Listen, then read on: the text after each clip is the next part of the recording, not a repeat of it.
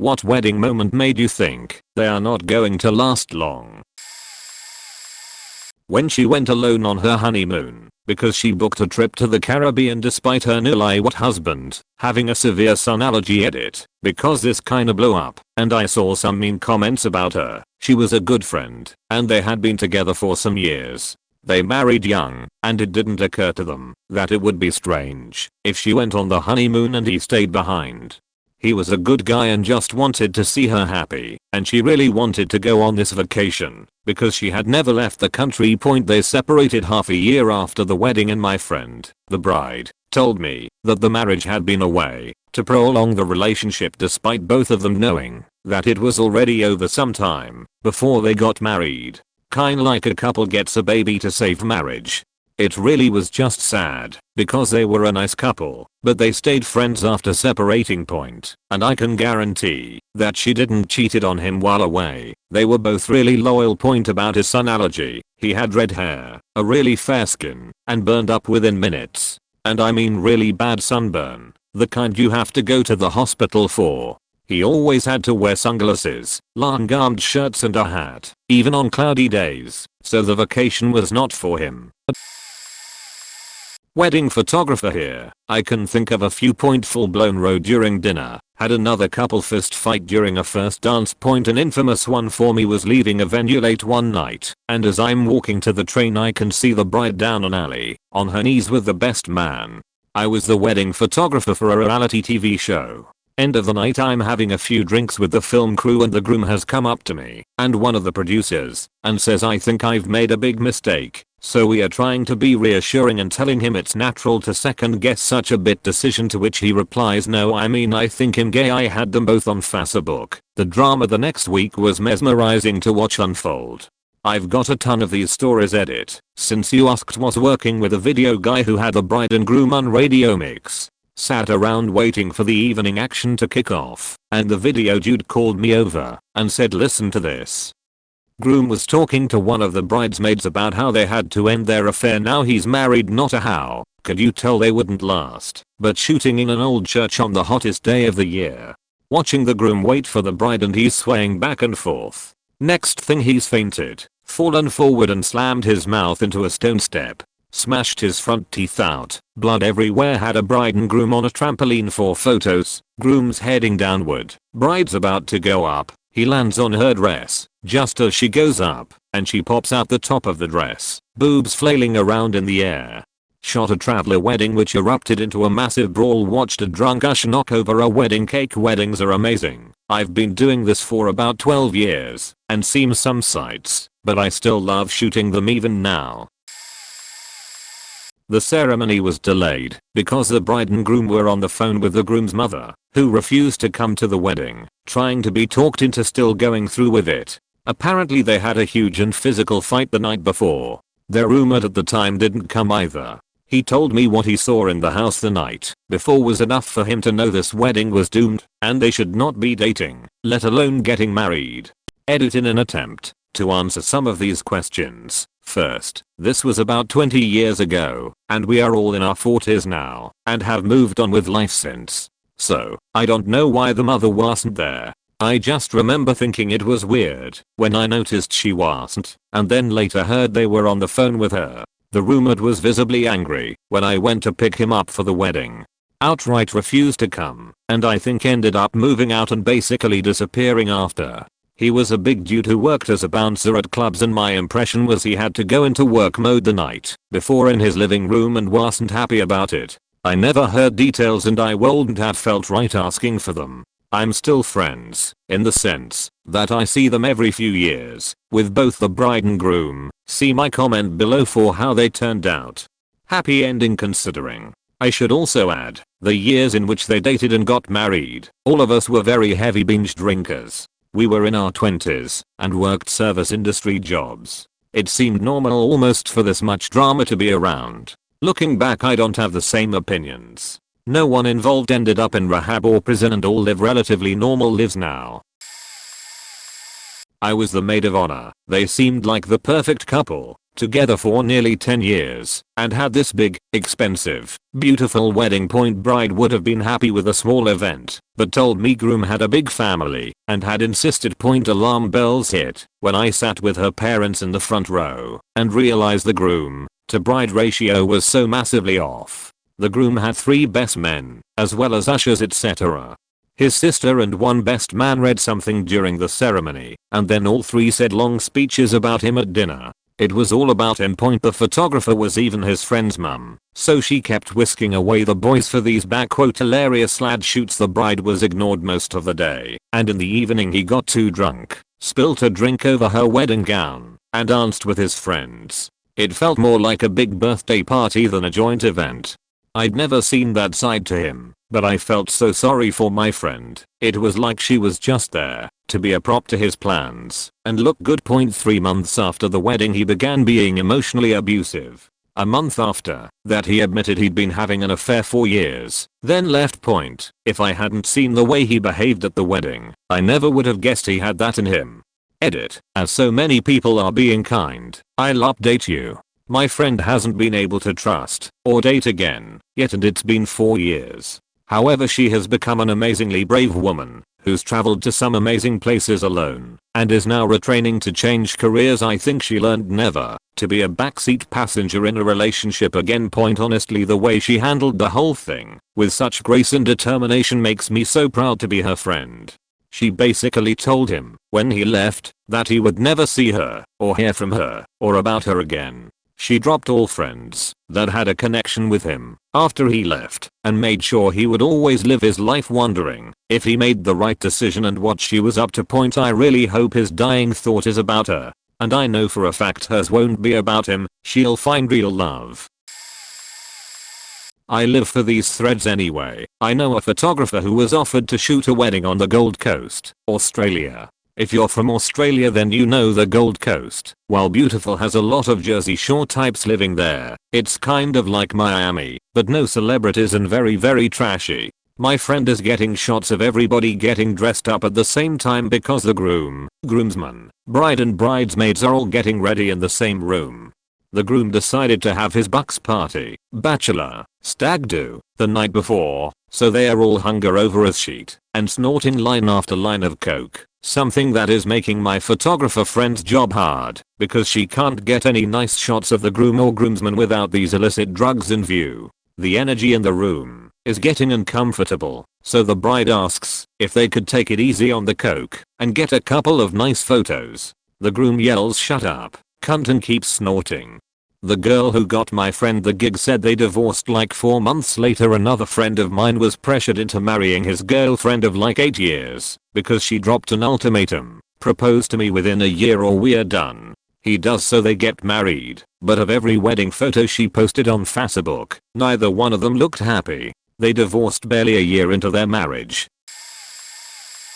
This was my sister's best friend, and it was a bachelorette party moment. Bride had been having an affair. Everyone knew it. The groom's friends tried to tell him, but she convinced him they were making it up. I mean, at that point it was just sad. She actually had the balls to force fiancé to apologize to the guy she was sleeping with for the accusations. The night of the bachelorette party she actually took all her bridesmaids back to the other guy's house and spent the night with him. He came to their wedding. It was so awkward. Everyone knew and everyone was talking. The groom was told, but chose to overlook it. After the wedding she insisted the other guy come on vacations with her and her husband and included him in all their social functions. Now, if they are non-monogamous, whatever, go crazy. But her husband was an absolute wreck about it for years and she just kept gaslighting him. No one could convince him to leave her. She told my sister that a fair guy insisted he would never marry her and didn't want kids, so she was using fiancé to get them. They ended up divorcing 2 years later after their second child was born. She immediately moved in with a fair guy and they did end up getting married. Edit. I wanted to add a little more context since this comment blew up a bit. Everyone involved in this story was really young, except a fair guy. He had already been married and divorced and had a few kids of his own by then, but he was still well under 30. The original couple had been together since middle school and all this went down between the ages of 21 to 23. I think the husband was just really naive and invested in the relationship. Small town marry your high school sweetheart and live happily ever after bullshit.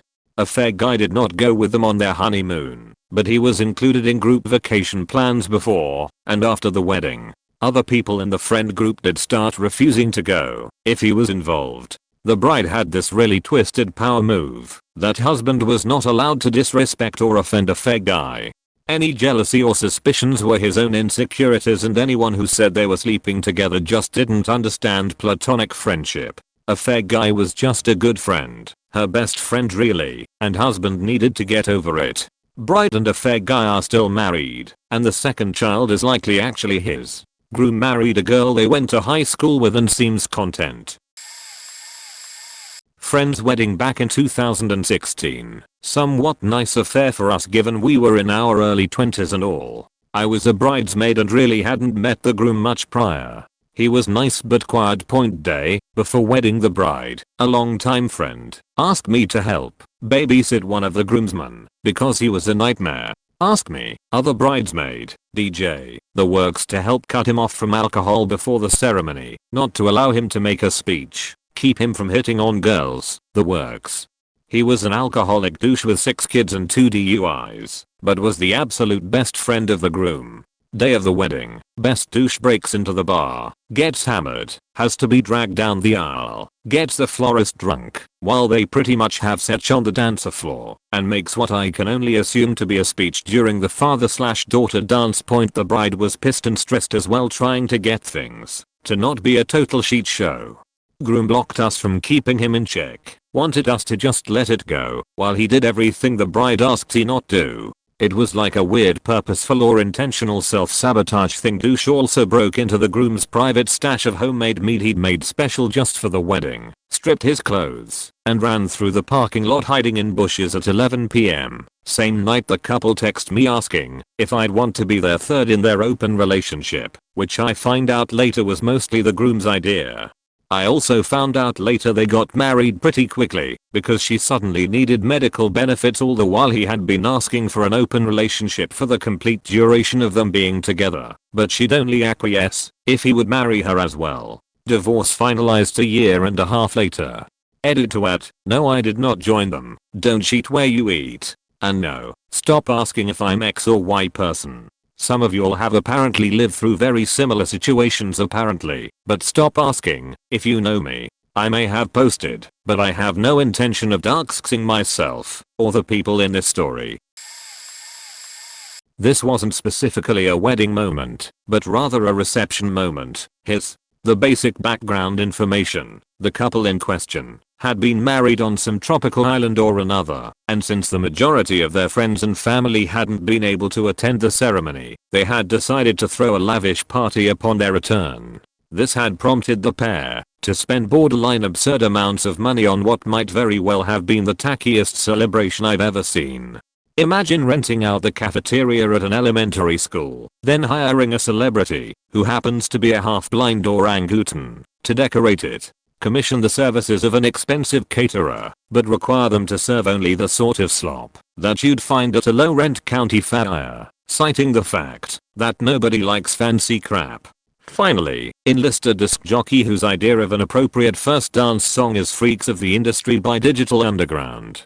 I'm exaggerating, obviously, but that really was the song that they chose. Point now, everyone has different tastes, and it might seem reasonable to assume that the new Liwats were getting exactly what they wanted. That was what I had been telling myself, anyway, until shortly before the money dance, the announcement of which was the first time that I'd ever even heard of the tradition, when I overheard a suggestive piece of gossip.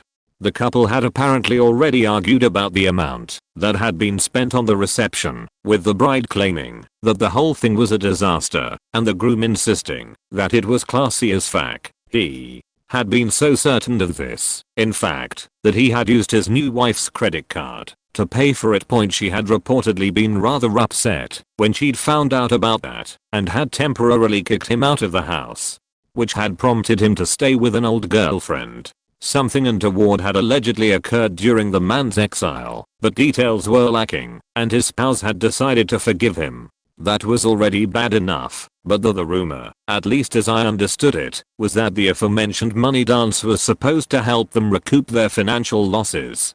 With the implication being that the future of their marriage was riding on them receiving upwards of $30,000 in a 4-minute period. As I considered all of this, and as I mentally added up the amounts being pinned to each partner, I found myself thinking, yeah, this isn't going to last. TLDR. Grifting groom gets grabby, gormlessly gambles gaiety. She told me 2 days before that she found her fiancé annoying and that she didn't like him and that he was awful in bed. She was visibly, endlessly uncomfortable at the rehearsal wedding/dinner combo. Then she sobbed the entire morning. Dave. She ended up not getting any makeup done cause she wouldn't stop scream sobbing and refused to get dressed, stalling the wedding 35 minutes. She then said 45 minutes of vows that she had prepared, 9 pages of things like inappropriate vows to friends and family, his parents and sisters, none of them her husband, and then almost didn't say I do. Managed to get a, "Oh, yeah, okay, yeah I do" out of her almost a full 60 seconds after she was supposed to say anything. I could go on for hours, but it was the most painful and awkward wedding I've ever been to. I've got my money on 10 months. We are 1 month in. Edit. 2.5 month update. I've distanced myself from them completely. She is really clingy and likes to gossip about how awful her husband is, and I really don't have the time. She's also told me they are in couples therapy after I expressed negativity towards some extremely concerning things she said regarding their relationship plus lack of communication. But I'm still betting on 10 months. Because she believes it's all his fault and truly believes his parents and sisters are exactly the same. Newsflash, they're all lovely people. Edit #2. 5-month update. I no longer associate with them, so I'm out of the loop regarding juicy details. Last I heard they keep moving all over the country and fight non-stop. No more love Adove images on social media. Seems to be right on track for a 10-month breakup. Edit #3. 2-year update. I win. Well, kinda. I feel like that's horrible to say. Does that make me a bad person? It's been 2 years and I've been meaning to update this post for a while. My original bet was 10 months. They lasted 1 year and 10 months, almost to the day. I wish I could say that this entire journey has been bittersweet, but honestly it's been hilarious and funny and sad and unnecessary. I feel really bad for my husband's best friend. She trash talked him all over Facebook and shared all their private text messages. It was disgusting on her part and he really didn't deserve to deal with her shit. I'm so glad he's free from her now. It was mine. Ex-wife had a taste for theatrics and wanted a choreographed dance number for the first dance. Wanted the whole wedding party involved, but there was no interest. I'd never danced, not even at a club, but was willing to take lessons with her with the understanding we would do something together, so she could have her dream wedding. I sucked, but got through a few lessons of slow dancing. I can now awkwardly shuffle around, but don't expect anything crazy. The dance school wouldn't choreograph anything for us, so she promptly gave up. When it came to choosing the song, she decided she wanted I Want You to by Weezer, my favorite band, and the song had just come out recently, which has like a jamboree feel to it. It is not a slow song to slow dance to. I suggested we choose something else, but she insisted we would just slow dance to it. I made her promise she wouldn't change her mind. Sure enough, 30 seconds into the song she backs up and starts dancing a jig. I just stood there in disbelief fuming, while she kept shouting and motioning for me to dance in front of all our guests to boot. We had set a budget, she exceeded it, then her parents decided to chip in $5,000, and rather than use it to offset what we were over budget, she decided to spend more. In retrospect, that should have been a huge clue that she didn't respect me at all. Cheated on me and ran off with some guy like a year later. Got remarried before we were legally divorced. Her parents never did hand over the $5,000 because they'd put a provision on it that we had to go up north for a weekend and take some stupid Christian financial planning course their friend ran. My ex was also an atheist and didn't want to do that, but knowing Lou spent the money we didn't actually have. FFS. When I was in college I went to a wedding with my girlfriend at the time during one summer. She and I had only been together for a few months. So it was actually the first time I had met the bride and the groom, and most of her family for that matter. I didn't really say anything to my girlfriend at the time, because I didn't know them at all aside from stories she told me, but I had a feeling like they wouldn't last very long. At the reception, she spent most of her time just talking with her friends, and didn't interact much with anyone else at all. He went around and tried to get time with everyone, but every so often I would see him with her, and she would kind of not even acknowledge that he was there very much. When I walked past her one time on the way to grab a beer, she was bragging to her friends about how much money the dress cost her, and how he wanted her to get a cheaper one, but she wouldn't have it. At one point of the night, I was outside smoking with some of the other guests and he came out the back and asked to bum a cigarette. He was one of those types of people that only smokes when they are drunk, which apparently wasn't that often for him, since he was doing his residency at a hospital, so he was always really busy. The entire time he kept looking at the door, and whenever it opened and someone came out, he quickly moved his hand holding the cigarette behind his back, because he thought it was her. It was like he was deathly scared of her, and not like in a playful way. It didn't surprise me when about a year later they got divorced. Apparently, she just kind of was taking advantage of him, staying home all day, she didn't work, spending thousands of dollars ordering clothes and shoes online using his money and credit cards she took out in their names. Didn't attend this wedding, but the whole relationship smells fishy. A couple I'm close friends with have a friend who moved back home to her small conservative town after college and all of a sudden changes her mind about her dreams of going overseas to do a PhD and become an archivist. Instead she starts posting about a new guy she's just met and started dating. 3 weeks later she posts that they are ring shopping. About this time is when she starts bailing on commitments to her friends, becoming less and less available in friend group chat. She always has some excuse why she can't meet up or hang out, even when she's bailing last minute on her friend's bachelor party that she planned. 3 months after they meet and start dating, she posts that she and new boyfriend are now engaged. None of her friends have met him still. Res flags, alarm bells, faking sirens are going off to us. She sees none of them. 3 months after that she posts that they snuck off and got married. A full 6 months after they met. None of her friends have met him still. And she's still suddenly just not available for her friends. Instead of going to get her PhD in history or literature, she's filtering through part-time job after part-time job at coffee shops, banks.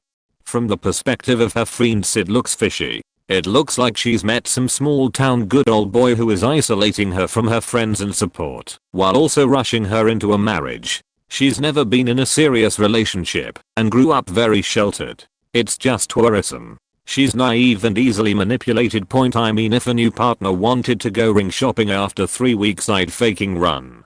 But this girl is naive and thinks she lives in a faking Jane Austen novel, so I'm betting either the marriage fizzles out when the excitement wears off, or she realizes years down the road after having kids and settling in that she's made a mistake. She has no means to support herself independently either. It just worries me. Edit. For everyone saying there is no guy, she's posted photos with him, and her family has met the dude. There are wedding photos with both families pictured. Comments from both families on these posts to socials. Faking Reddit detectives.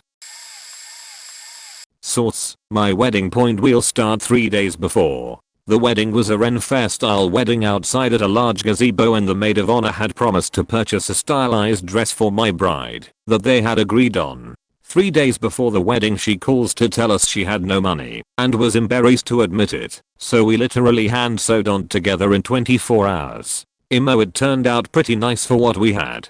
Bride's mother was supposed to pick up the cake in ATX and drive an hour south for the wedding. She left her house 30 minutes before the wedding to pick it up. When she finally showed up, hour late, the cake was destroyed. She put it in the back seat and drove like hell all the way down, just slamming it against box with every turn. During the 1-hour delay, there was almost a fist fight between 2 groomsmen because, well, the MOH showed up in the dress that she was unable to afford. Obvious attempt to upstage the bride. The same MOH during her speech after the ceremony started it off by saying, "When we all met, I did not like Dracarim 411 at all. However, I found that he grows on you like a fungus." Needless to say, my entire side of the family was super cold to all of this. Since all of these issues were on her side of friendships or families, I was told to suck it up, and we'll discuss later. I sort of assumed that a lot of these friends had just shown themselves the door. Quite the opposite. In fact, 2 years later, when I accepted my first well-paying job out of college, it became an issue that it was an hour and a half out of Austin, so she decided to just stay in ATX to be with her friends. I mailed her the divorce papers, and since she couldn't be bothered to even show up to the hearing, I've never seen her again. The husband was the son of a mega pastor for a massive church chain. He wasn't a bad guy at all and had different views than his family, but understood that his family's reputation would depend on his wedding. His parents paid for it, and it ended up being a massive church function basically. Traditional and very pretty, but put a ton of pressure on the couple. The wife was agnostic with pagan leanings lol. She was nice, and I was friends with her too, but she did not deal with pressure and stress from his family well. They certainly did not like her at all, and made it obvious during the ceremony. One of the phrases she had to repeat after the officiant was something to the effect of "I will obey and honor my husband," and essentially the whole thing talked about how subservient and obedient the wife should be lol. My husband and I looked at each other then and made a face because that was so not her and not their relationship in general. If she was saying that in front of a crowd because of the pressure from his family, we didn't want to think negatively, but we hoped our gut feelings were wrong lol. The couple ended up moving so husband could go to med school, and they lived with his family for about a year in a state the wife had no friends or family or job in. His family was downright nasty to her. He was so busy with med school she was left alone with them. It was a shitty situation for her, and I really feel for her. She reacted poorly herself and ended up being openly hostile to them and to her husband when he wouldn't agree to move back to where she wanted to live, and they got divorced after around 4 years. His grandma texted him when she heard the news something like, "Good, we knew you would come to your senses." Now, her husband is remarried to a more Christian girl who his family likes. I hope it is easier on her. Oh, the costume wedding. I've never publicly shared this story before. I was ordained into the Universal Life Church back in September 1990. That was back when you had to do it the hard way by sending in a postcard saying you wanted to be ordained. None of this fill out an online form crap. So, after completing some more paperwork, I wound up being legally allowed to perform weddings in Oregon. My first was for a good friend, and several others were for when Multnomah County briefly allowed same-sex weddings in 2004. However, I generally avoided weddings unless I really felt it was important for me to be there. I broke this rule about 20 years ago. I won't explain why, but suffice it to say that I agreed to perform an October wedding for a couple I didn't know, but a good friend told me they needed a minister. They wanted a non-religious wedding at their house. I said yes. The next several weeks involved me trying to get them to meet me for a rehearsal, but they always had a reason they couldn't meet. Further, when I asked about their vows, they simply asked me to write something. Okay, I've done this before. I can do this the day of the wedding. They still hadn't met me, except for phone conversations. My friend drove me to their place, an old house out in the middle of nowhere, and explained that it was a costume wedding because it was almost Halloween. So as we drove into their yard, complete with a rusting, broken down pickup truck, I noticed they tried to hang ghosts in their trees, made from white trash bags. It looked like a bunch of clan hoods hanging from their trees. As I entered the place, I was introduced to Pocahontas, a very underage girl dressed in an outfit that, clearly revealed she wasn't wearing a bra, but desperately needed one. I'll not say more, but I was not comfortable. I was surrounded by vampires, cowboys, and all manner of curious folk. I had a nice gray suit, complete with clerical collar, and everyone straightened up when I approached, seeing as to how I was the minister. I smiled and nodded. That was the part one was there to play. I was introduced to the bride as she was getting dressed, but she had no time for me. I explained that, because we hadn't met, I still needed her and the groom to practice their vows at least once. No time, she explained. She was half naked. I didn't argue. I came prepared. I've done this before. I'm not a complete idiot. So as everyone gathered for the ceremony, I met the bride and groom and handed each of them a piece of paper with their vows highlighted. I explained that I would start and then prompt them to read their portions of the highlighted vows. Underage Pocahontas with her breasts hanging out was bouncing up and down next to us. I was not happy, but I smiled. Dressed in a nice suit with a clerical collar, I was the only normal person there, and I'll be damned if I'm going to ruin their big day. When the ceremony started, I started my bit and promptly forgot their names. So I referred to them as the bride and groom, hoping that everyone was drunk enough to not notice. They apparently were drunk enough. And then I started the vows. When it came time for the groom to read his part, he hesitated. I tried to discreetly point to his vows on the paper and he started reading, but that's when I realized he was functionally illiterate. That's when everyone in the audience learned he was functionally illiterate. It is difficult to convey just how emotionally charged this situation was, with a huge crowd of drunken cowboys, werewolves, superheroes, and so on, standing there holding beer bottles, cans of beer, or little red plastic cups of wine, listening to the groom trying to sound out the words on a piece of paper. They were realizing for the first time that the bride is marrying someone who cannot read. I had publicly humiliated the groom and he refused to look up from the paper when he finished. I ad-libbed a shorter version of the vows so that he wouldn't have to read more. I will never forget the horror of that moment.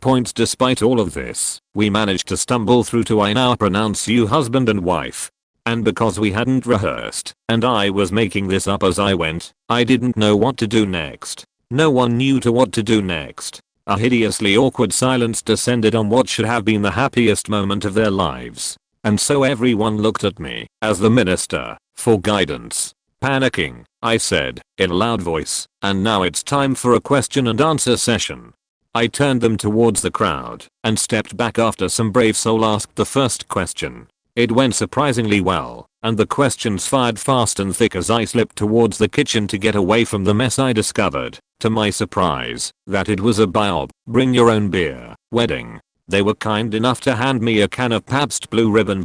My friend and I retired to the back porch during the celebration, and discreetly made a bet about how long the marriage would last.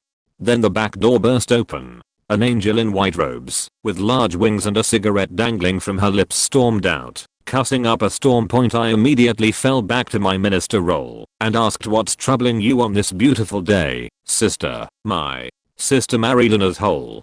We drove home in silence and I vowed never again to perform a wedding for people I didn't know. I broke the rule for the same-sex weddings mentioned above. Years later, I found out that, while the wife was giving birth, the husband was having sex with his girlfriend. Posted this some other time. 2 months before his 28th birthday, a friend of mine noted the coincidence that he was born on the 28th of the month, and it was going to be a Saturday. No other perfect occasion to get married, right? Only problem, he didn't have a fiancé, nor was he in any kind of serious relationship. This guy was the perpetual child-minded idiotic kind. I liked him though. He had practically raised himself. Orphaned at a very young age, basically homeless as a toddler, but managed to pull himself together, and at this point, he was a successful entrepreneur and businessman. At a certain extent, he lived every day like it was his last. He was also a player, so he had a ton of girls that liked him. Within 3 weeks of his eureka moment, he had proposed to one of them. He asked my wife and I to be his maid of honor and best man. We declined. His bride barely knew us, and they barely knew each other, but I digress, and we knew this wasn't going to last. You don't marry someone to fulfill a numerology coincidence. I tried to talk some sense into him, but he was stubborn. Their wedding ceremony was a comedy freak show. The guy had no family at all, but the girl came from a respectable family, but she had poor life choices and decadent friend circle. You can imagine all that mixed into one reception hall. It lasted less than a year. The dude cheated on her the day she gave birth to their baby. I think he still has a restraining order on her. She almost killed him. I have been a wedding DJ for like 25 years and I have often thought about making a book about these stories. I'll try to tell a quick one. Where I live there is a place called the Belgian Club, and it is the lowest cost venue. That is a private club and serves alcohol. In fact, I think that they probably make up their rental margins on the volume of alcohol sales. So anytime you are going to the Belgian Club, you know that booze is going to be a factor. In northern Wisconsin, where this is located, there is a tradition where groomsmen will steal the bride, or sometimes bridesmaids steal the groom. From a DJ's perspective, it is a terrible tradition as it grinds the entire event down to a halt for however they are gone, which is sometimes an hour or more. So at this particular event the groom was stolen, which means they take the limo or whatever and go to another bar and do a Lord only knows what. Before it happened, I think the bride came to me and asked me to try and stop it, which is truly not part of my job, but I tried. It didn't work, and when they came back I realized why she had been so upset. One, if the bridesmaids had apparently cheated with the groom previously and there was an allegation that she had done something with him while he had been stolen. Anyway, they finally get back, and while I'm trying to set up the first dance she screamed and confronted him, and I think she even slapped him. Yep, in front of the entire gathered assembly and all of their friends and family. The allegedly cheater bridesmaid got into it, and I believe the bride started to pull her hair, and they had to be dragged apart and off of the dance floor. Believe it or not, they were able to attempt to compose themselves, and we still did the formal dances, including a bridal party dance, which I was on high alert for just in case it came to blows again. That might be the lowest of the lowlights of terrible weddings. Just terrible people. To run off like that during the wedding reception, given their history. Whether or they actually had sex at that time almost doesn't even matter. I feel for the bride, but why would you go ahead with the wedding if things were so unstable and insecure to start with? This will be lost in the sea of comments, but a close friend of mine decided 5 years down the road to marry the girl he'd impregnated and abandoned when he was 16. In the wedding planning stages, I went from being designated best man to bridal party usher to musician. The bride-to-be basically eliminated every single one of his friends from having any part in the entourage and replaced them all with her friends. On the wedding day at church, the very moment they were pronounced man and wife, the bride turned to their 5-year-old daughter, ring bearer, who was sitting in the first row, and blew her an especially loud/emphatic kiss. I'm not doing the gesture to her daughter justice here, but it sent chills down my spine for the distinctly vengeful tone it struck. About 3 years later, I bumped into my buddy/groom on the train back from work. It was a Friday night. We both had jack shit nothing to do, so we went out and got plastered. I learned after a whole bunch of drinks that it lasted maybe 3 months, and that she spent every last waking moment of those months making him as miserable as humanly possible. You ever see the Flintstones? He slurred to me in total drunkenness. You ever see the episode where Wilma throws Fred out of the house? Well, let me tell you, that shit happens, Grix or bats. That shit happens. Back when I did a lot of wedding videography, I've kept this one to myself for years. I think only my IRL friends know about this. I got to be a pretty high roller in the wedding industry by staying consistent and getting my company on a shit ton of vendor lists. I had 10 years filming/editing experience going into the industry. I thought being in the wedding industry as a videographer sounds cool, but it's just about, if not more, degrading as getting beached at working in some fast food/retail business. It's essentially customer service for something that has no reduce. Lots of bridezillas, angry moms, and the occasional crazy faking groomzilla. So bottom line, you deal with a lot of shit. But you also see a lot of crazy shit that makes you thankful that your flaming garbage barge of a life isn't as big of a bag of dicks and the total shit show you're witnessing. The extreme standard is the toast profession of love towards bride or groom, or just any time in the day in general.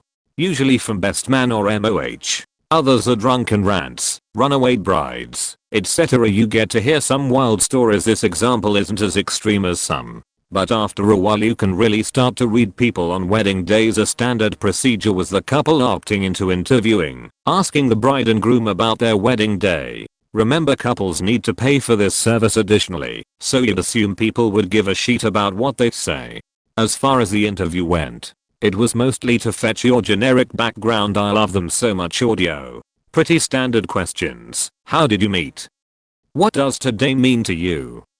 How do you think? Blah blah blah. Over 4 years in that industry and I've grown to despise it. Everything is almost the same, except for those random 1 in 30 weddings with something different and fun, but I digress. This was during my first year, when I was still a bright-eyed, ignorant to the world, and full of hope to make the next viral wedding video in my mind. This day was what really started to decline the industry for me. Probably the worst wedding I've ever shot was this groom that was acting like he didn't want to be there. I got into his interview and chatted with him for a minute before turning on the camera/mic just to make them a bit comfortable with me. I told them please restate my answers and answer in full. In editing I will be removing my voice, so it's only you speaking. When I asked him how did you meet, he replied a baseball game. I stopped for a second, waited for more. Then he said what's your next question? I asked him again to restate the question and answer in full sentences. Then I asked what's your favorite thing about her? He responds probably her hair, and I stopped and waited for more again. I asked him if he wanted to continue the interview since he didn't seem fully comfortable with me and I wasn't getting any usable material/audio out of him. I was basically feeling like I was wasting my time when I could be elsewhere getting material. Generally I just cut the interview off if people don't want to speak with me. He reiterated that he was feeling fine and was just answering my questions. So I said okay, what are you looking forward to the most with marriage? The only full answer I got from him that day was this: honestly, I live alone right now, so it seemed really beneficial to have someone else around. I'm looking forward to her cooking and doing my laundry. Haha, actually just kidding. Can you cut this out? I felt like my mouth was just wide open at that point. Half of me wanted to ask this guy if he was even in love with this girl.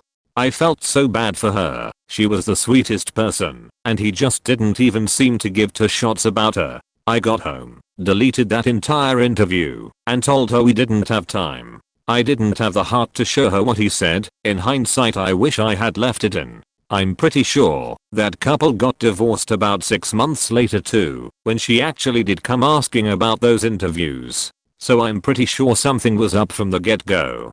The actual worst is celebrity marriages though. Are you ready to have every single bit of your videography career experience tossed out the window? Not to mention being treated like an actual meat puppet that is holding a camera for the first time ever, and the famous couple clearly knows all the ins and outs of what makes a perfect video, so you're at their whim all day. Then you get a whopping 10 whole minutes for couple photos they were barely interested in taking, just to have their celeb friends Instagramming/TikToking literally over your shoulder, getting in shots, interrupting for selfies, and yelling loudly during that time. It's just insane how high of an expectation you're held to on a normal wedding day, let alone some egotistical celeb couple. You have not even a sliver for margin or error. But don't worry, you'll likely be emailed back that you missed something that happened at a totally unrelated time to the timeline you were given, and the coordinator never told you. Faking awesome industry. If you want to be a manager of some sort or simply grow a massive spine 10/10ths, get your ass kicked, go through the ringer, and come out stronger in the end. My first grey hairs popped up while I was in that industry full time. In hindsight, that did wonders for my career, but never faking again, unless I second shoot. You end up with some wild stories that are hilarious down the line. Edit. As an added bonus, I actually was a second shooter recently, as I just wanted to make a quick easy side buck. Friend needed help. I said yes. There was a brother to the groom who got insanely drunk this wedding. Like I showed up at 11 AM and this dude was trashed. He proceeded to disappear a ton during the day. Groomsmen photos, individual photos, group photos, and shit, even the ceremony got delayed because this guy was just mysteriously gone. He got up to give a toast, went on a 15-minute political rant about how Trump won, then proceeded to tell his parents he loved them. It was eerily quiet, and then he told him brother he loved him, and went on to cry about how much their lives together meant to him. It sounded more like a suicide note than a speech, after which I went outside to take a short mental break and take my typical well wow, that faking happened peace and quiet moment. The dude crept up beside me, like real close, and in the most slurred speech and completely cross-eyed he asks me, was my speech good? Did I do okay? I was like, yeah, it was good. He stared at me completely blank for about 4 seconds, and then said, you wouldn't lie to me, would you? More silence followed by me gulping, and more silence. Took a drink of water and I walked the fuck away. Absolute big ol' faking nope. Dude gave off serial killer vibes. The later bride approached us and told us to take that out of their video period. They did not want that to be remembered by family and their kids. A few weeks later, my buddy messaged me and said the bride wanted that video of the brother individually so they could sit down and talk to him. Turns out this guy was a raging alcoholic who was trying to convince the bride to marry him instead. This is part of where he was sneaking away to. They had found an empty bottle of Jack that was given to the groom as a present in his backpack he stole the night before, and lots of empty single shots of Crown. He was drinking during the entire reception too. Came to find out that he had nearly killed someone the year before because of his third DUI. People, man. Destination wedding videographer with over 200 weddings here. Where do I start? Bride openly doing copious amounts of cocaine on the reception dance floor in front of kids. Grooms sneaking off to have sexy time with a fire dancer after the rehearsal dinner party. I was around all weekend and saw him openly flirting for 2 days before the wedding and them walking, slightly disheveled and all over each other on the golf course later.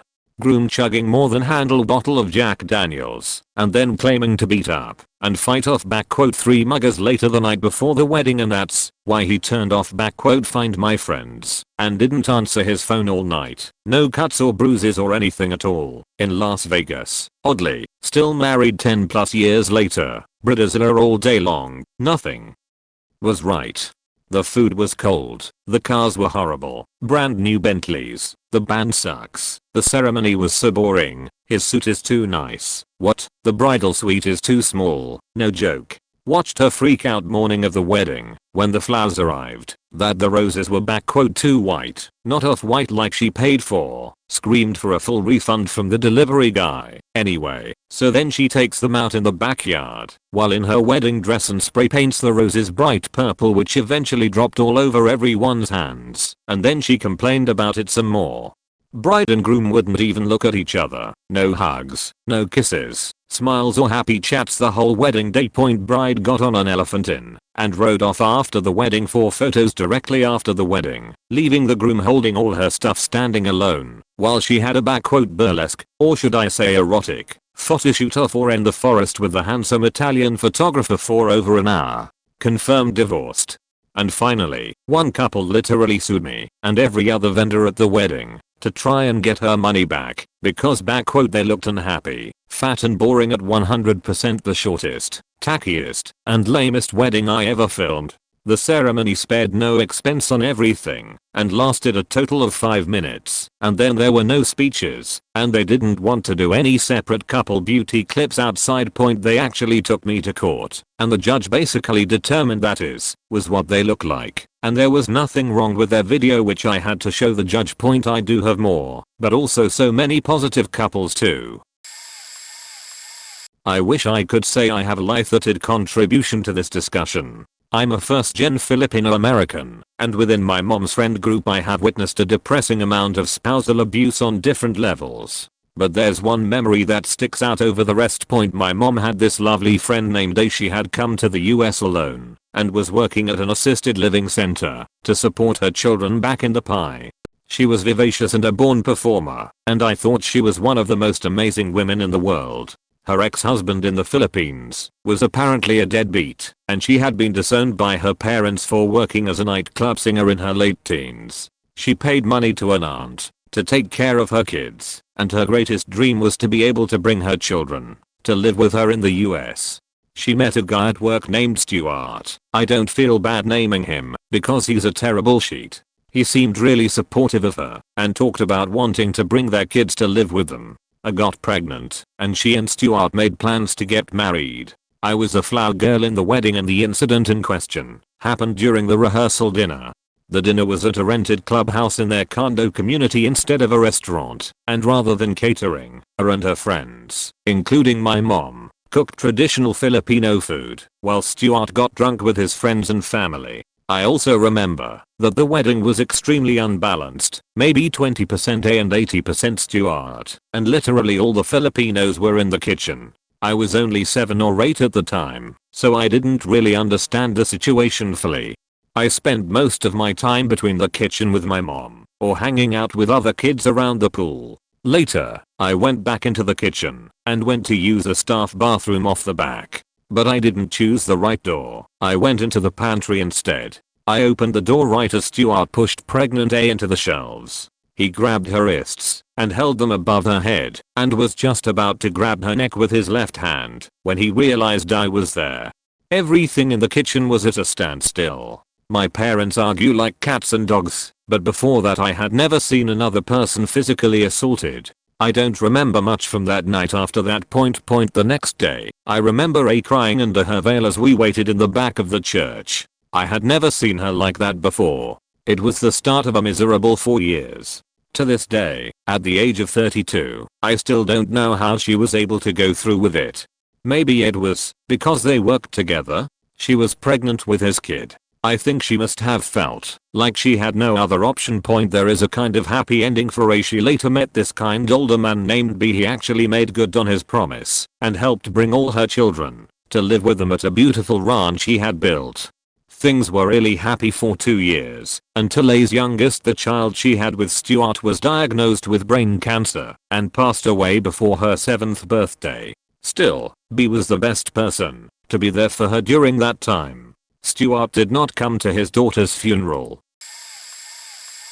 At my brother's wedding, me and my date were placed at a 20-seat table at the reception with our family's hunting buddies because I was good friends with them. The table next to me was filled with 20 of my closest relatives. Directly in front of me was the groom/bride table with 2 tables on either side for the immediate family of the groom/bride. It was quite a drive to the wedding, 3+ hours, and my hunting buddies were all in their 70s. None of them came. Now, my brother and I were very close. I'm also close with the 20+ family members that flew in and sat at the table beside me. At the reception, as I looked around, I noticed that my date and myself were at this huge table alone. My brother's immediate family table for honored guests had 2 empty seats. It was only occupied by my parents and my rich aunt and uncle that gave the couple $5,000 as a wedding gift. A rich uncle that the bride had never met and that my brother and I only spoke to every few years at family reunions. Not to say that he didn't love my uncle. Our lives are just in different states and we were all very busy. I approached my brother and asked if I could sit with my parents and aunt and uncle, since none of our hunting friends showed. They were his friends as well, but I still lived in town with them and saw them at least once a week for breakfast or lunch or dinner because they were good friends of mine through my father. I should also point out that my brother is my best friend. We have a very good relationship. We lived together for 27 years until he moved out to move in with his fiancée for the year prior to the wedding. Naturally, my brother said I could sit with my aunt and uncle and my parents, and he didn't know who did the seating arrangements, but he didn't really understand why I wasn't placed there to begin with. His wife got a really sour look on her face, leaned into a whisper into his ear, and then told me no. My feelings were so genuinely hurt that my brother didn't stand up to her, but I decided, hey, this is their wedding. Don't make it about yourself. Suck up your feelings and maybe discuss it calmly with your brother at a later date as to not ruin his special day. Eventually I told my mom that the succubus my brother married, I was probably going to leave him within a year or 2 because she was a type A personality with OCD and the type of woman who marries a man and expects him to magically change after the wedding to be everything she wants and needs. My brother is awesome. He is way better than her. 10 months later, my brother came to my house for Easter Sunday and told me that he had been living alone for 3 months because his wife left him. He was protecting her by not telling the family that they were living separately and having hard times because he kept hoping they'd get back together, and he didn't want to taint our opinions of her. I knew the moment that she disrespected his family that she wasn't gonna last. I don't hold grudges against anyone who's ever done me wrong in this life. I usually forgive and move on. As close as I'm to be capable of hating somebody is how I feel about her. She broke my brother's heart, and I sincerely hope she regrets it every day for the rest of her life. I know she won't, because she's a horrible person, but I really wish her a lot of discomfort over her actions. This might be cheating, since I'm the one who actually caused the not lasting long. Well, not directly. I was the best man at a really good friend's wedding. His fiancée was super nice, but none of us actually liked her. There was just something about her. She treated him like a pet more than a partner. But he was absolutely head over heels about her. So what can ya do? Point anyways. The reception was winding down, and I headed into the back room behind the bar of the reception area. Stuff were done, so was grabbing another bottle of wine before we were kicked out. And lo and behold, who should I find but the blushing bride, in her wedding dress, on her knees sucking one of the other guests off. Turns out was her ex. She still had a thing for him, invited him as a friend without the groom knowing the full story. Faced with the choice of keeping my mouth shut or absolutely destroying my best friend, I went for door number 2, thinking I was doing the right thing. Needless to say, my suspicion of this isn't going to last long was confirmed when they got an annulment the following Monday. The unfortunate side effect is that my buddy to this day harbors a grudge towards me for his marriage not working out, and we are nowhere near as close as we were. Few years later, he got married to another girl, who everyone loves, and had known each other since they were children, and is deliriously happy with 4 kids. Wasn't invited to that wedding. My cousin and I are the same age. When we were, I think, 25, he got married to a girl he had been dating for a while. She had dropped out of high school when she got pregnant with his kid, and they put off the wedding until she could wear the rather revealing wedding dress that she wanted. After a few years, they split up because she felt that she got married too early and never got to enjoy her wild period in her early 20s that all of her friends were getting to. Since the split, she has been in jail a couple of times and has had a small issue with drug abuse. The wedding itself was massive. 6 bridesmaids and groomsmen each, ridiculous flower arrangements, candles, fully formal wedding. Every warning sign was there for a doomed marriage and everyone other than the 2 immediate families could see it. The only surprise in the whole thing was that the marriage lasted 3 years.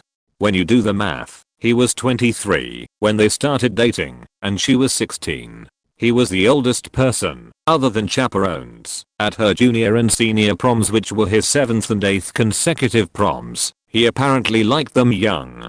Gotta love Kentucky. The best part of the wedding was my sweet little southern grandmother pulling my girlfriend and I away from the crowd, and, with a very steely expression on her face, said that if I got my girlfriend pregnant before we were married, she would cut my dick off. My girlfriend absolutely died laughing, while I turned bright, shiny red. So far, my niece and her husband and my wife and I have been the only 2 couples on this side of the family, out of 7 kids, to not have a kid before marriage. This is a story I posted on r/entitledparents a while back. I have edited it slightly to add a few details, and I assure you that every word is true. I would like, if I may, to take you on a strange journey.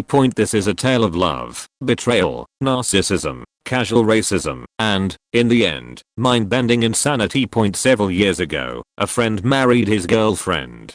We all decamped to a beautiful part of the UK for the wedding and all seemed to be fine and dandy until the speech. The father of the bride, ostensibly a pillar of the community, stood up to do his speech, and, by God, did he make the most of it. He kicked off by presenting us with the old adage children are the future, as if it was some amazing new concept that he alone had the insight to appreciate. He then immediately dropped that thought to praise his daughter, her stepmother, and, especially, himself.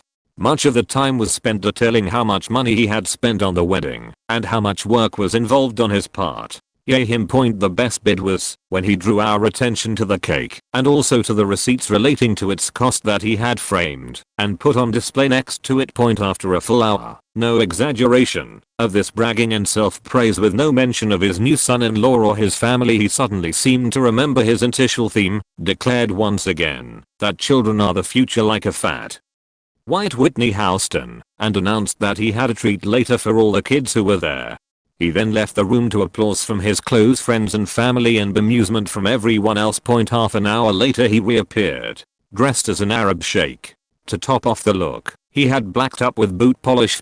He called for the attention of all who had not yet become transfixed by the sudden appearance of something out of one of those two Ronnie sketches that don't get included in compilation shows anymore. He then informed us that, as children are the future, all adults present should show their appreciation by giving each and every child present £2. There were around 30 kids in the room, so every one of us was, apparently, expected to give away £60 in loose change that we all had in our pockets to kids that most of us had never met. He then led the kids in a conga of capitalism, dancing around the room like a fat, racist fagin, stopping at every table so money could be extorted.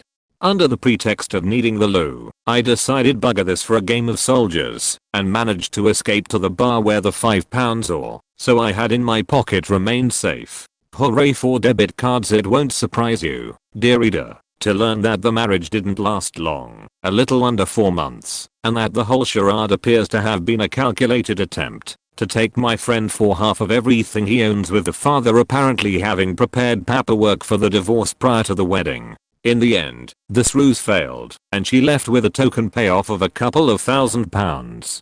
Here comes the craziest part. Brace yourselves. All that has gone before pales in comparison.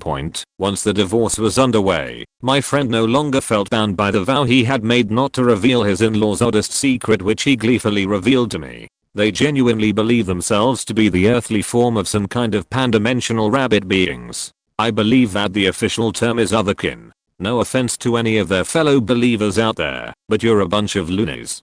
At weekends, they travel about the countryside in search of their cotton-tailed brethren whom they approach and converse with. They then head home and relay the information gleaned from the field agent bunners to a pair of small rabbit statues that stand on top of an upright piano and are, presumably, some sort of interdimensional comms device. Needless to say, I think my friend had a lucky escape. Run, rabbit, run indeed.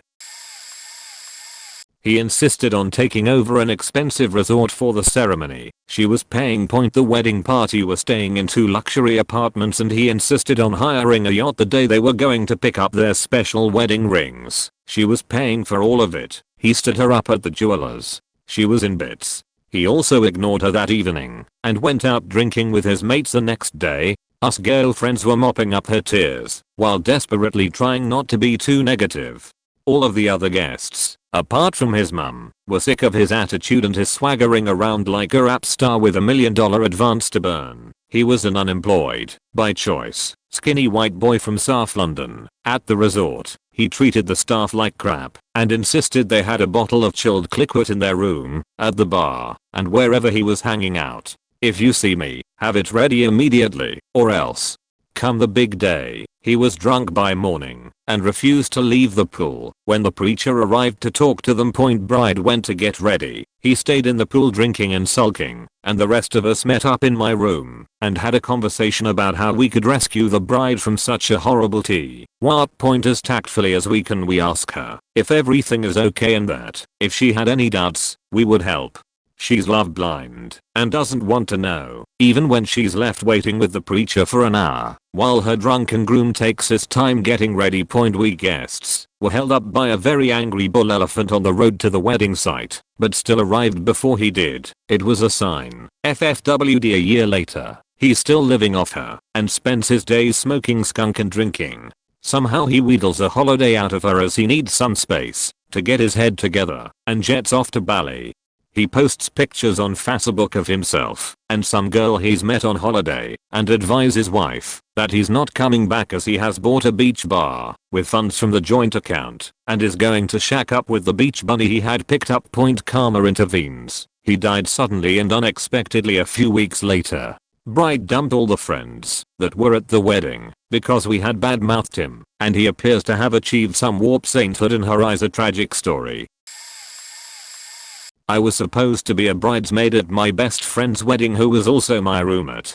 A week before the wedding I walked in on her and her fiance's good friend, Brett, cuddling in bed under the covers together watching Harry Potter. She tried to play it cool and was just like, hey, come on and watch this movie with me and Brett. I said nah and shut the door. Later I asked her if there was anything going on between them. got really infuriated and said I was no longer going to be her bridesmaid because she didn't want me thinking that way about her during her wedding. So I still went to the wedding and sat in the audience watching all our best friends up there as bridesmaids/groomsmen, including Brett. Everyone kept asking me why I wasn't a bridesmaid anymore, since we were known to be close friends, and didn't say anything. I didn't have proof, but was pretty sure about my suspicions, and knew it wasn't going to last. Fast forward a year later, her husband called his pal Brett to complain that she's cheated on him with someone, different guy than Brett, but it was a one-time thing, so he was willing to forgive her. Brett comes clean and tells him that they used to hook up all the time, including the time when I actually walked in on them watching a movie, and that's why I was kicked out of their wedding. The husband calls me asking if she ever cheated on him with Brett because he couldn't believe it. I was no longer talking to her at the time and just told him what I saw. Husband filed for divorce soon after. Friends of my husband's got engaged right after us and got married a year after. At the time I was doing wedding photography and my husband was in the wedding party, so they asked if I'd be their photographer. I agreed, did it as a gift to them. I worked my butt off all day and the bride treated me like I was her personal assistant. Whatever, it's her day. She didn't smile once when going down the aisle. I've done a lot of weddings. I've never seen anyone not smile. She was bossy, kinda rude and just sour all day. On our way home from the wedding I told my husband that I didn't think they would last. He agreed. I finished editing their photos and didn't think anything of it. For 4 more years they remained married. Not a single wedding photo was ever shared or put up in the home. There was a small table in the basement with a few of them in, back in a corner, where no one would see. I never thought they would last, but my photos weren't awful either. I used them in my portfolio and other brides gushed over them. Anyway, they divorced after 4 years. She took everything from him, and he ended up moving back in with his parents. It ends up that she was even beachier to him behind closed doors and was pissed we were having a baby and they couldn't get pregnant. She had several miscarriages like me. She cheated on him with another guy, got pregnant and left. There have been a few others since then that I've said won't last, but not been proven right. Even my husband and I took a break and separated for a couple of years and just dated each other while co-parenting. We got married too young and had a lot to learn. It's been 14 years now. This might be a little dark. I was working with a vendor and we were doing a wedding where the groom was marrying his high school and college sweetheart. So we thought they had known each other most of their lives. I thought it was sweet until I met them.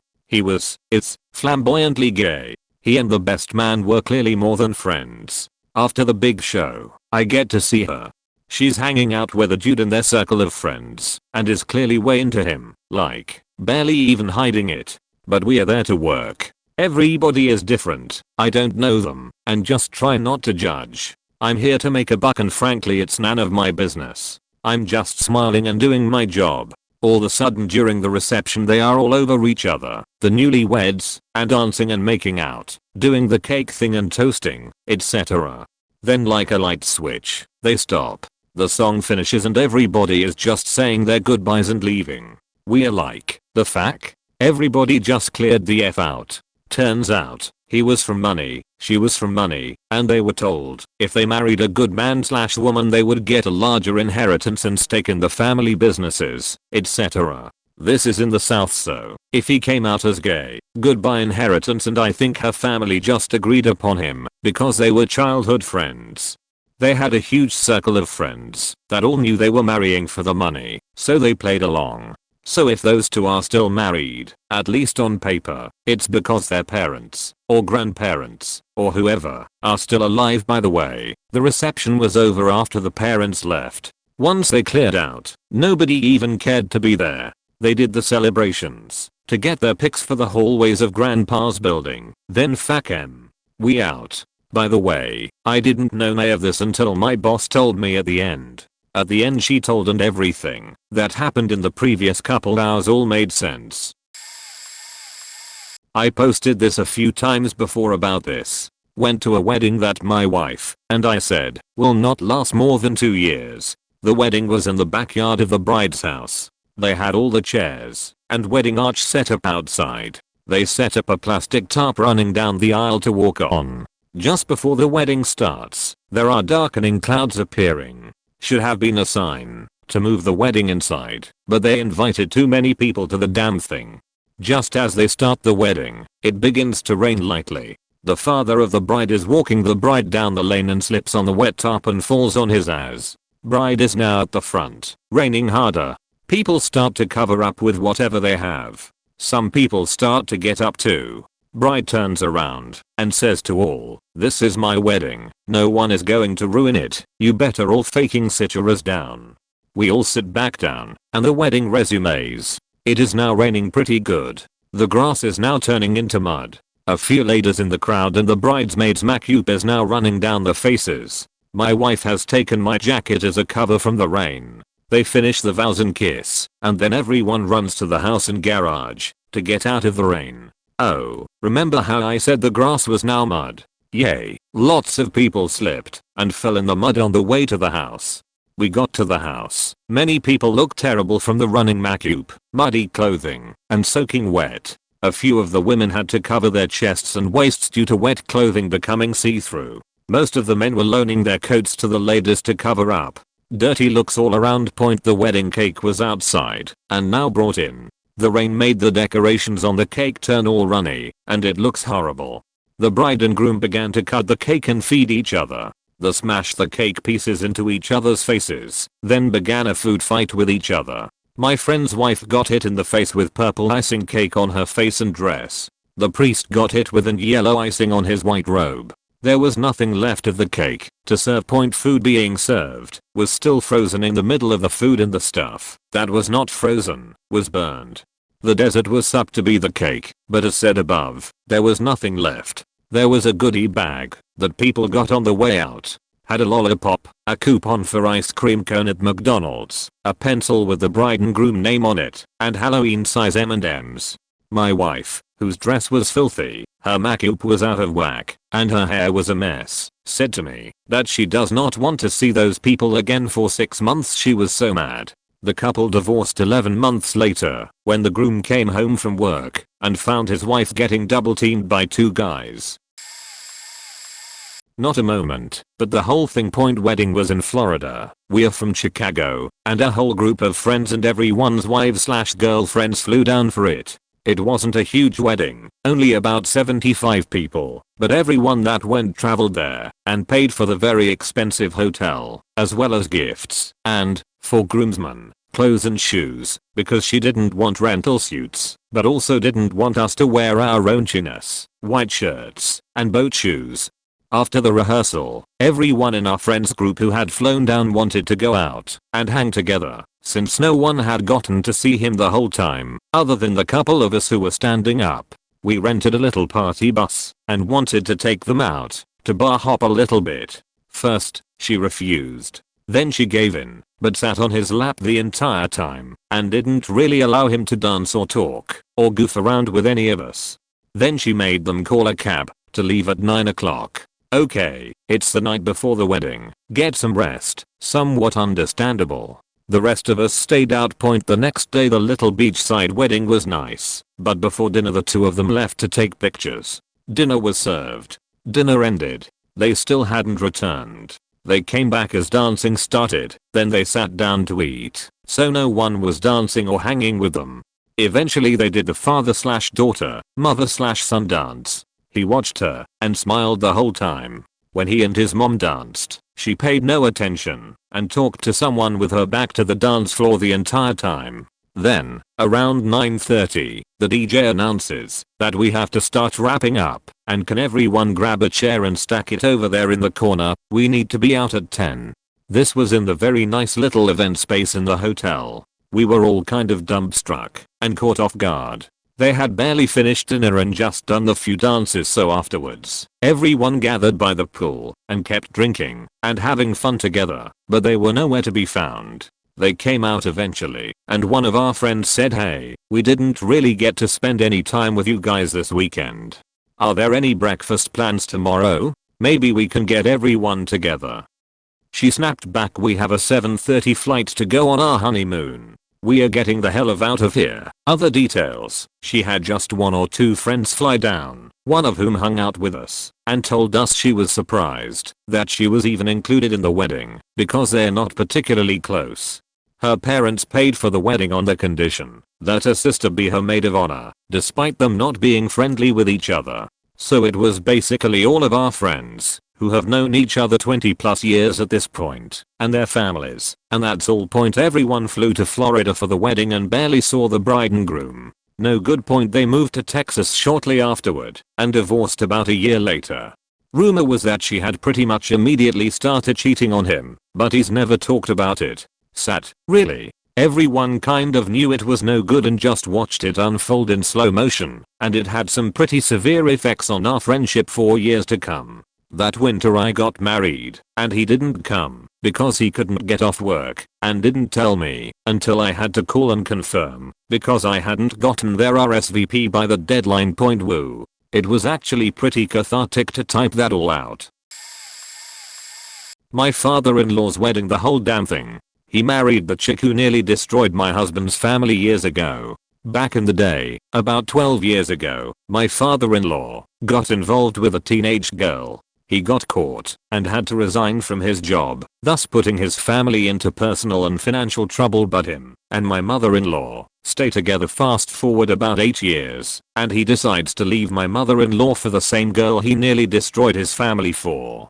A messy as divorce happens that my husband mediated, all while moving to Texas and buying a house. It absolutely destroyed his relationship with his father. We were invited to the wedding, and my husband decided to go so he can have some kind of relationship with his dad. I, being a loving wife, went with him for emotional support. Bad idea. They decided to have the wedding at a country club. I'm black and my husband's white. Part of me thought it was a setup, not a drop of melanin up in there. We got stared at hella hard. The ceremony was long and awkward for us. My husband cringed the whole time. It was hell. But at least the food was good and the drinks were strong AMD free. TLDR, the entire wedding was whack. It was between my father-in-law and the chick that almost destroyed my husband's family. Was at a country club and in black. Note, I forgive the spelling AMD grammar mistakes. I grew up in Texas and the education system failed me. At the wedding of my cousin, her parents died early and her groom's parents never liked her and told her she better plans the perfect wedding for him, cause it's his big day. The groom was a completely selfish asshole. Everything had to be about him, and he never seemed to bother with his new wife. He went drinking with his butts and had a really short dance with the bride, but went fuming when his bride had the father-daughter dance with her brother, cause he is her only man now, etc. After the ceremony, the groom planned to give a motivational speech for all his unmarried friends how to get a wife, etc. He was a motivation trainer and had his whole equipment with him. So when he was in a small back room preparing his mic with his friends, the thing went on and everyone could hear the groom saying it's okay to cheat if she never finds out, and that he loves it, that his bride always has to work night shift at the weekend when his ex-girlfriend is free for a bit fun. Well, the bride was devastated and crying, but her best man, yes, the bride had a best man, a big buff guy who was her best friend since they were about 5 or so, and was basically the one to run and plan the whole wedding for her, searched for the groom and beat the living shit out of him and his friends. The shit show was glorious. The parents of the groom were completely mortified. Only the mother had the guts to go to the bride kneeling before her and apologized for her son. They then left with their son. Afterwards, the bride went home with her best man. Divorce came the day after. Funny thing is, she and her best man now live together as roommates, but really just as friends. Life goal friendship, it seems. I was a bartender at a wedding/event venue for 4 years. I was looking after a smallish party, maybe around 100 people. Our in-house sound crew and master of ceremony came up to me as I was cutting fruit and stocking beer saying, "The vibe is dead. The bride has not smiled. Not once." As a bartender, this is valuable information. Seeing the couple, there was definitely something wrong.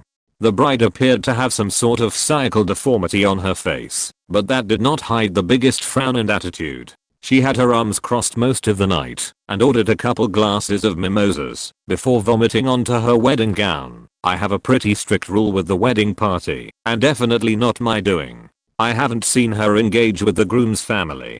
The groom, for a lack of better terms, was a beater. Everyone, even the guys cleaning dishes, could see that he was doing his best to appease his wife. I saw him a lot with his hands in his pockets, having that getting by smile. Felt sorry for the dude. Didn't order a single drink, not even coffee or water. The wedding party pretty much knew it wouldn't last long in speaking with them. I asked the maids what's with the bride, but none would give me a straight answer. The party was literally split down the middle. I had the party come at me at waves. Bride's family, then grooms, then brides. No intermingling whatsoever. Ended quite early. Around 10 p.m. I had my hourly pay and $40 in tip that night. Long time lurker, but I had to leave a comment. I've worked as a wedding MC, lead singer and band leader for the past 6 years. I've seen it all. There's one wedding that will always stand out in my mind involving the craziest groomzilla I've ever seen. We were at a very ritzy high-end resort. The client spared no expense in this wedding. 250 people, high-end catering, an 11-piece band, the works. My first inkling that something was off with the groom happened right at the start of the reception around 6 p.m. The groom, already visibly drunk, jumped up on stage and started grabbing microphones to sing. He had to be escorted off by his wife a few times. He also apparently did the same thing while we were off stage eating lunch. On 3 separate occasions the groom walked out of the tent connected to the resort to pee in the manicured bushes in broad daylight while other resort guests were walking by. When it came time for cake cutting, he told his wife, "Don't put that faking sheet in my face," out loud when she fed him a piece of cake. It was also reported by the catering staff that he was doing coke in the bathroom throughout the reception. Needless to say, my bandmates and I were convinced this relationship wasn't going to work out. I heard from the coordinator that the bride was actually a powerful attorney, so I think she's going to be just fine. I wonder if they're together now. During planning, we met with the officiant via Skype. We lived out of state, but wanted to get married in my home state, so she could ask us questions to make the ceremony more personal to both of us. She asked us how we met. We met on Match, and that's how I answered. It was incorrect in his mind, because it was less than. He slid out of frame, glared at me, and mouthed "shut up," before sliding back in with that huge, fake smile of his. I had gotten pretty good at hiding my emotions by that point in our relationship, and this behavior was normal for him. NPD. I'd gotten that glare and shut up many times prior, but this one scared me the most. Maybe because of our close proximity, but maybe it was the harsh contrast between happily planning and chatting with him and our officiant, and knowing how much he hated me at that moment. Other greats. At the reception, he brought 2 beers to our sweetheart table for himself. We had to make up an engagement story and rehearse the details. He told his parents we were engaged before it happened, and we were scheduled to see them that weekend. He took me to a Diamonds Direct and said I had $1K, pick out a ring and we'd go. FWIW, we were already married. We had eloped after 3 months of dating, and he forbade me from telling anyone. We planned a ceremony and reception, and our friends and family thought that was the wedding. Luckily, our parents never got together to compare stories. The timelines were drastically different for both sets of parents. Oh, and I paid all our bills, since he was in so much debt, so I bought the ring. Before the ceremony, I remember feeling like I was going to throw up and pass out. I chalked it up to nerves and how tight the dress was around my ribs. But in my head, I just kept telling myself I didn't want to do this. We divorced 18 months later, once I started antidepressants and pulled myself out of his control. Preface with the fact that groom was immature for his age. Not a bad guy, but about 50 levels short of my friend. Okay, I'm biased. He collected spiders for fun, quit jobs at an alarming pace, and really just wanted to play video games. Again, maybe not necessarily bad, but my friend is educated, smart, awesome. Yes, I'm biased. Close bracket. The wedding date is set, and I'm like, oh god, she's really gonna do it. Yet there I was, While the bride and groom were at the altar, her uncle, obviously drunk, decides to do his own march up the aisle. The bride and groom don't notice this, but the rest of us do. It's cringy. Then he starts saying, "That my niece. You hear me? That my niece up here," and does a little dance. My friend, the bride, is mortified. Her side of the chapel is standing there in shock. The groom starts grooving with the uncle, repeating after him, and making a scene, while the preacher stands there. Everyone on the bride's side is still frozen. My friend is clearly in distress, saying, "John, please stop. John, please stop. Uncle Bob, please go sit down." Finally, my friend's mom snaps out of it and gently removes Uncle Bob, while groom John is all, "Why'd you have to do that? That was fun," and generally making a scene, while my friend's face just gets kind of purple. She was clearly dying up there, and the stupid as groom is just enjoying his time. To shine point, the preacher calls us all back, finishes the ceremony, but I saw my friend's face after, and she just looked humiliated. They were married about 2 years and thank God did not have kids. Reconnected with a childhood friend after a decade or so. Turns out he was a great guy, hardworking, fun to be around, and still close with his really lovely family. They were all just as I remembered from our days as kids. I was asked to be a groomsman and was honored. I showed up to his bachelor party without knowing anyone else and only having the number of the best man. I was several hours behind everyone else as I was traveling there from some distance. Struggled to get anyone to pick up or answer my texts in the casino, and couldn't find my friend. After wandering and having a drink on my own, I finally connected with the other guys and made my way up to their room. They opened up the door and my friend was nowhere to be found. There were loads of beers around, some pills, and big pile of blow sitting on the table. Nervously I asked where the groom was, only to learn he was off ducking his second hookah of the day.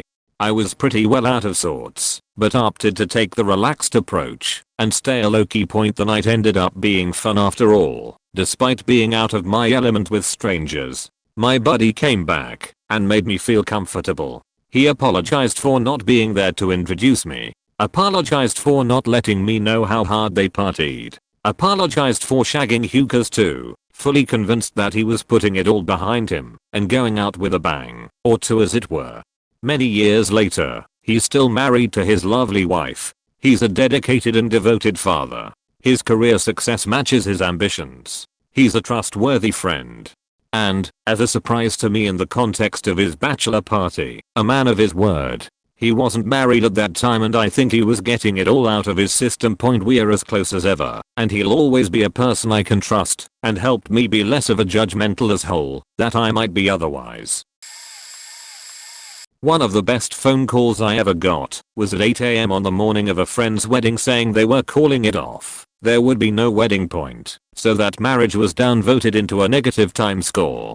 The groom's entire friends group had been telling him from the day the short engagement was announced that this marriage was a terrible idea. We all met her through him a few months before. All of us quickly saw that she was a petty con artist and a thief. Just one of the smallest things she did was at friends group dinners at restaurants. She would filch cash tips left on tables for the wait staff. More than one of us saw her do this. She even smirked at us while doing it. He never saw this or said he didn't point. That was the smallest of abundant red flags she put up. He was not unaware of her significant issues, but thought he was doing the white knight thing to save her. We were all in our 30s, so these were well-established patterns of adult behavior. Fortunately, he finally realized that it would be easier to suck up a last-minute cancellation than go through what was sure to be a disastrous marriage. Thank goodness, I got another call later that day from the one person who had not gotten the message. "I'm at the church and the parking lot is empty and no one is here. What the hell? Sorry, guy, were you watching your phone this morning?" When I was bartending at a wedding, and it's a long story, but I'll make it short. There I was bartending at a wedding in the middle of nowhere, and so I set everything up and now it's time for the ceremony. Great, I was so hot and was ready to serve drinks. The ceremony started, and I was wondering why I heard a helicopter very close, and I mean it's blowing dust and dirt everywhere. Now, the table sets are ruined, and hats are flying, but the service continues. But the helicopter is so loud, and you couldn't hear anything. Mind you, a videographer was recording lol. So then the lady that works at the venue stops the end ceremony after they kiss and tells everyone they need to go inside. Side note, the lady that worked at the venue was getting drinks from me while the ceremony was happening, and we heard on a walkie-talkie / police scanner that there was a shooting. Guess where? No, not at the wedding lol, but right behind where I am, like the house right behind the venue. Mind you, it's acres of land, but if I walk about 5 to my right I can see a man pacing in front of his house with a dead body on the porch. XXX. From this point I knew it was not going to be a long marriage. XXX. Side note, the police put a barrier around the area, so mind you, we didn't know why, like only half of the people were there. Well, come to find out they stopped people from coming down that single dirt road. Lord have mercy. So they said everyone needs to go inside, including myself. I said no, I'm good. Who would shoot the bartender? Anyway, so everyone is inside and actually they aren't upset. So I make a ton of drinks and get people happy, then they send everyone back out because they thought they heard the radio say they had it under control, but the helicopter is yelling at everyone to go back inside. What a mess in thinking. So then, not sure how they heard that the man would only surrender if he had some beer and cigarettes. Well, lucky for them, that gal with the beer literally give the lady at the venue like 3 nasty Coors Light beers, and someone gave her like a couple cigs to take to the police, and literally, kid you the heck not, I watched this man drink all those beers and smoke the cigs, and then he surrendered. Can't make this up. He yells thanks for the beers and gets arrested. That wedding was all bad juju. Not only that, but the bride broke her ankle, so yup, the gods are not having it. Come to find out they got divorced a few months in. How do I know? The lady from the venue called me and told me because she found out from the photographer that they didn't even want their wedding pictures cause they are divorcing. That's my story lol. I saw 2 weddings that were so sad. I was at one wedding where the father of the bride thought it was funny to joke about the bride's promiscuity during his toast speech. After telling many stories about the bride's extreme dating, she was really young too, he proceeded to make jokes about the extremely short period of time the couple knew each other before the engagement and the actual wedding date. It was barely 3 months and they were getting married. The guests next to me explained that none of it was hyperbole. I was not sure if the bride or the father was the source of the problem because the whole thing was so bizarre. I knew there was no way the groom could go home feeling special or confident about his decision to get married. I felt so sorry for them both. They were married for less than 6 months after. At another wedding, the officiant chose to give a personal backstory about the couple during the reception speech. During the story, he discussed how he had to give the couple marriage counseling for months before the wedding because the bride tried to back out. They knew each other for a short period of time in real life because they met and got engaged over the internet. Anyone who gives marriage counseling should not discuss it. It was really bad judgment. I saw the bride in the bathroom and I could tell she wanted to bolt right at the ceremony. That was also a short marriage. This is why I hate weddings. There are few weddings where the family is well enough behaved that nothing goes crazy or wrong unless you are not paying attention. Everyone is stressed about making an ordinary relationship binding, and we are supposed to act like we have no doubts while we eat food and drink alcohol. Even if the wedding is awesome, it has no bearing on the likelihood the marriage will last. TW, drinking, abuse, and a bunch of other awful ish. Before I moved from Michigan to Georgia to get married at 19, he accidentally forwarded me a message he sent to another girl telling him he was just looking to get his DC wet before he gets married. We fight. I still take a bus down there after selling all of my belongings. He forgets to pick me up at the bus station. He got so drunk the night before with his roommates, that he slept through his alarm. I sat there, panicked and crying, calling from a payphone because my cell stopped working, and ended up sitting at a bus station in a town and state I've never been to until about 6 that night. He picks me up and drives me directly to a Super Bowl party instead of somewhere quiet where we can talk. He gets hammered and ignores me the entire time. I find a place and put down the rent and deposit a week later. We wanted to just sign the paperwork and get it over with, but a friend dragged us into the woods in jeans and hoodies and married us. He had eye surgery recently and decided, in an orco haze, to get licensed to perform weddings. It was awful. He cheated on me constantly, drank every weekend, and eventually every day. About a month before he deployed for the first time, we had an early Halloween party because the guys wouldn't be home on October 31st. HD gets so drunk that he locks us in the room, climbs on top of me, and beats me until 3 men break down the door and rip him off of me. I stayed between low self-esteem and being raised in a super strict Catholic home. I was under the impression from my family that this was my fault somehow. I really tried. We had a kid, and he cheated on me throughout the whole pregnancy and never stopped. I finally mustered the strength to leave after far too many years. He's a full-blown alcoholic now and has wrecked 2 cars this year alone, drunk driving. He has little to nothing to do with his child and still tries to call me to scream at me about circumstances that have nothing to do with me. Moral of the story: religion is bullshit. Pay attention to red flags and learn from my epic mistakes. No one deserves that kind of treatment. Not for a moment.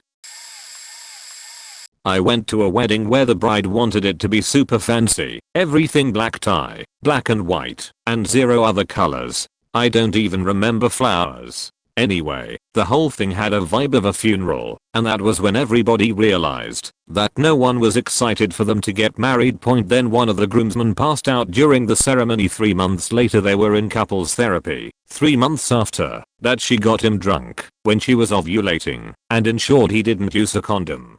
They had a kid, which he did not want to have. They were early 20s. He stuck it out for about a year and then they divorced. He found out in the divorce proceedings that this was not her first marriage. She had been married before, but the last guy divorced her because she was psychotic, diagnosed bipolar in her teens. Told no one. He wanted joint custody. She agreed and then basically abandoned the kid, and he effectively has full custody. She comes around and asks to see the kid occasionally, but she's faking batshit crazy. The worst part is, if she would have been honest about her mental health from the start, I know my friend would still have fallen in love with her, but he would have been more attentive to her needs and worked with her and a therapist, and they could have at least made a better go of it. But she didn't tell anyone, probably out of shame, so we all just thought she started using meth or something. A cousin that I'm not close to and don't particularly like was getting married. His bride bought 3 wedding dresses in the year leading up to the wedding, partly because she gained weight, but also because she just decided the dress wasn't actually the one and so a whole new dress should be bought. Then she complained non-stop about how her parents and his weren't spending enough money on their wedding. They ended up spending somewhere between $75 to $100k, but nothing was good enough. She refused to send invitations out as a form of protest to not getting everything she wanted. Give me more or there won't be a wedding and all your deposits will be wasted. Because she delayed invitations by months for a June wedding, a lot of people declined because they had already booked vacations or whatever.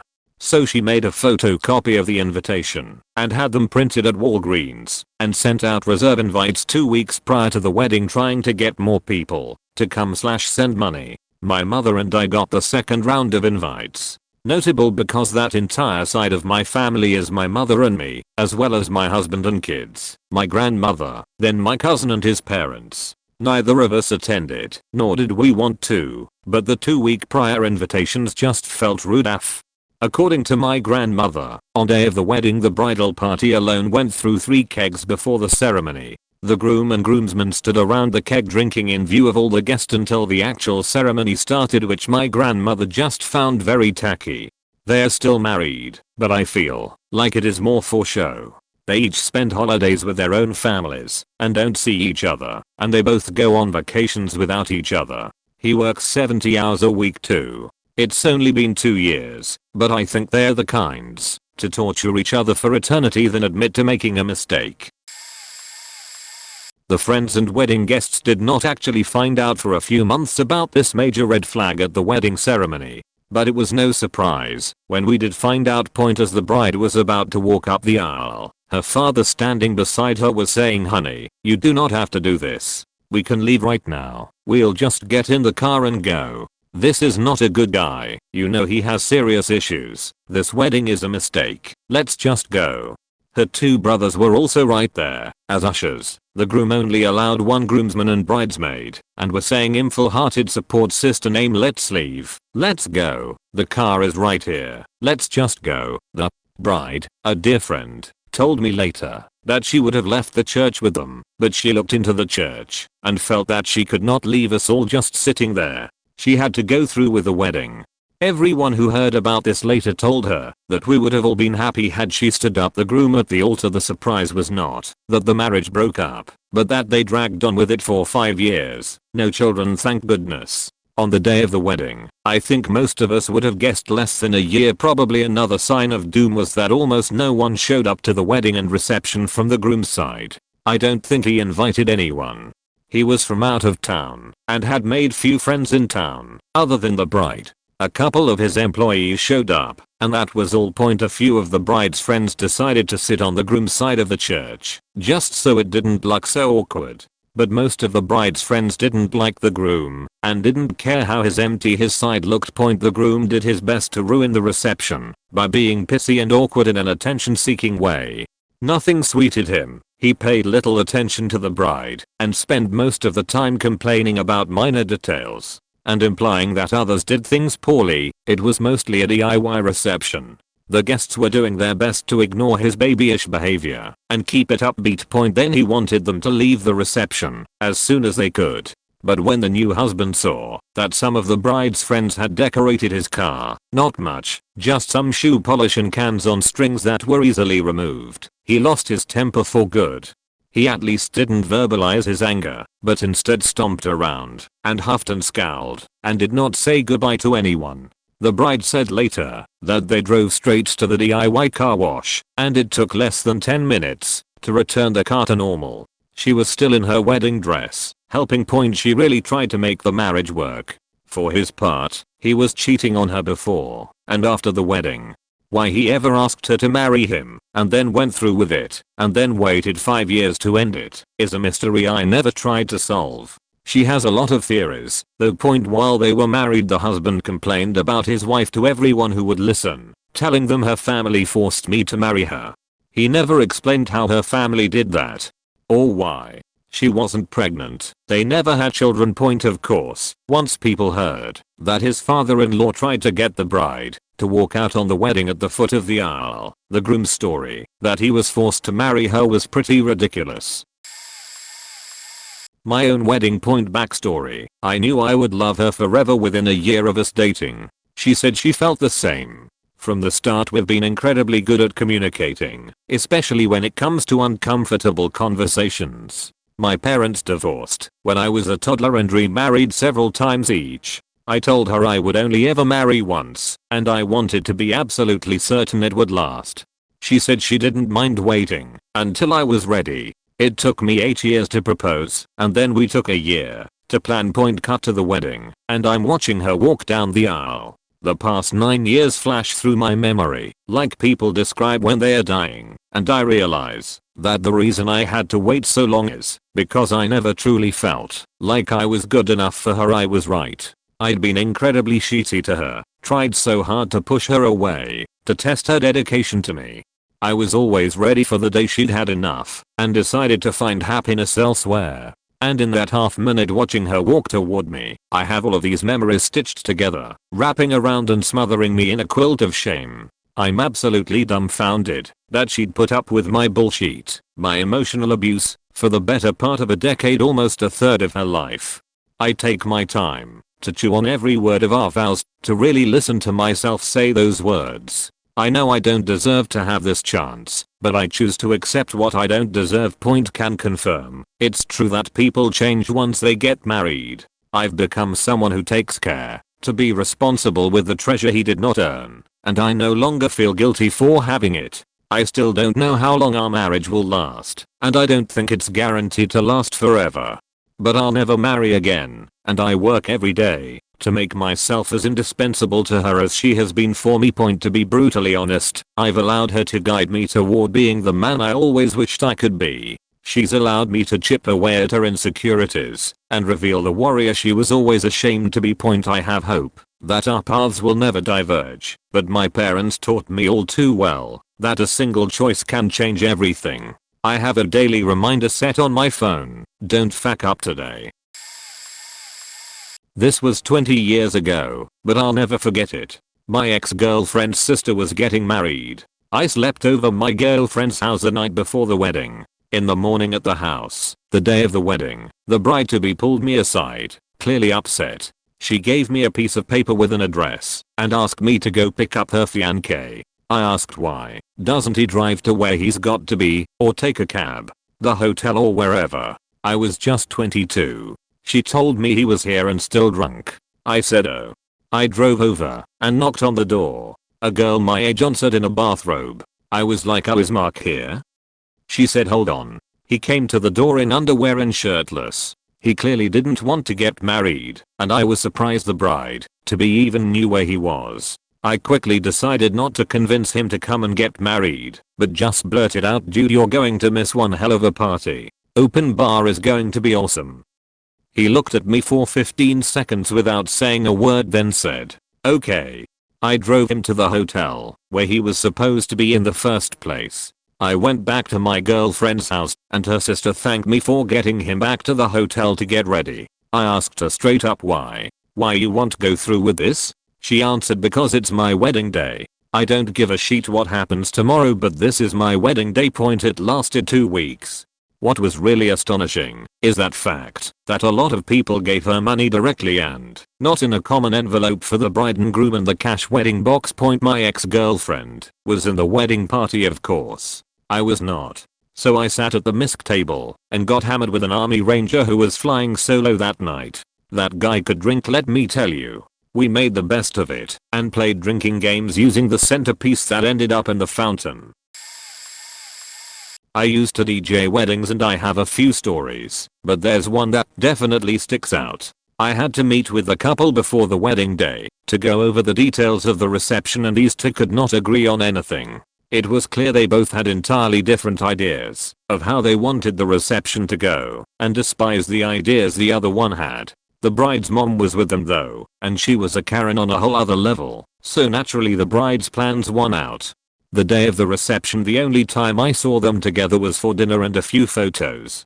During that time all they did was fight, with zero regard for their visitors. It was really weird though, because nobody acted like they were troubled by it. Maybe this was so common people didn't even bat an eye to it anymore. So after dinner and all the formalities are done, the bride spends her time in the reception hall with her guests, while the groom is out in the parking lot getting absolutely sheet-faced with his guests. The best part was when the wedding photographer asked the bride if they could get a couple more shots of the couple. She went out to the parking lot to get him, only to find he had left an hour or so before. Dude bailed on his own reception and didn't let anybody know. Suffice to say, that was the end of that party. And no, this wasn't some low-class white trash group of people. They came from money. I think the bride's dad was a doctor, if I remember correctly. Either way, that marriage was doomed.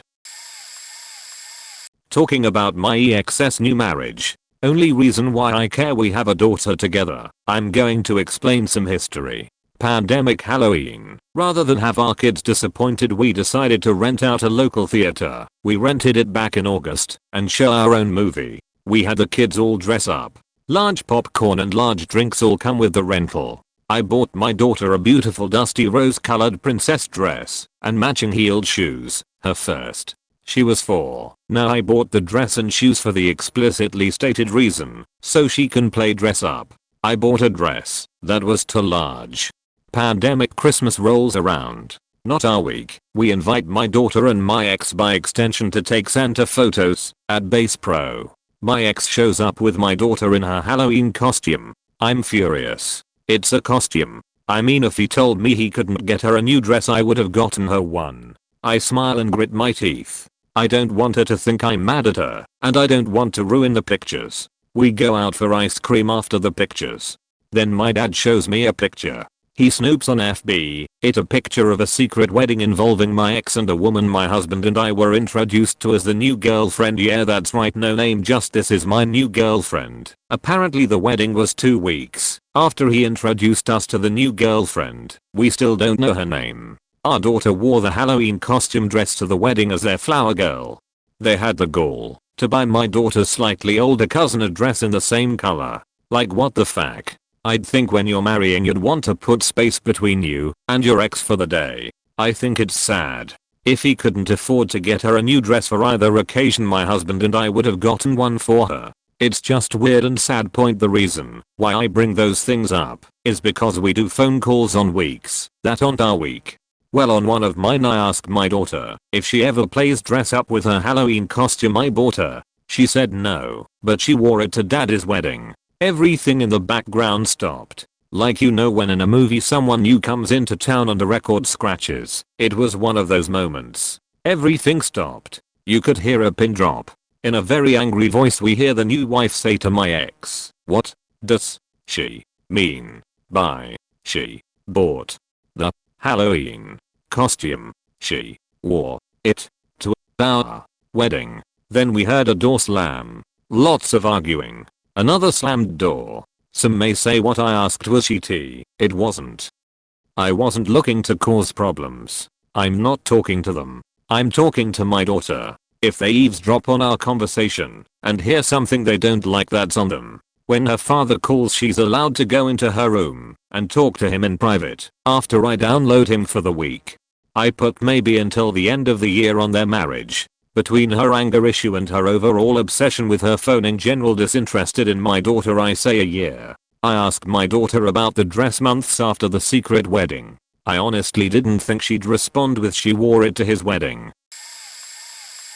A guy friend of mine became close with a girl we worked with. They started hanging out together tons, would often go out drinking, and, despite the fact she was engaged to be married, have sex. Her fiancé was the trusting, respectful kind, and was just happy she had a buddy at work. He of course had no idea it was much more than that. One night they go to a club, get drunk, and she tells him to come back to hers.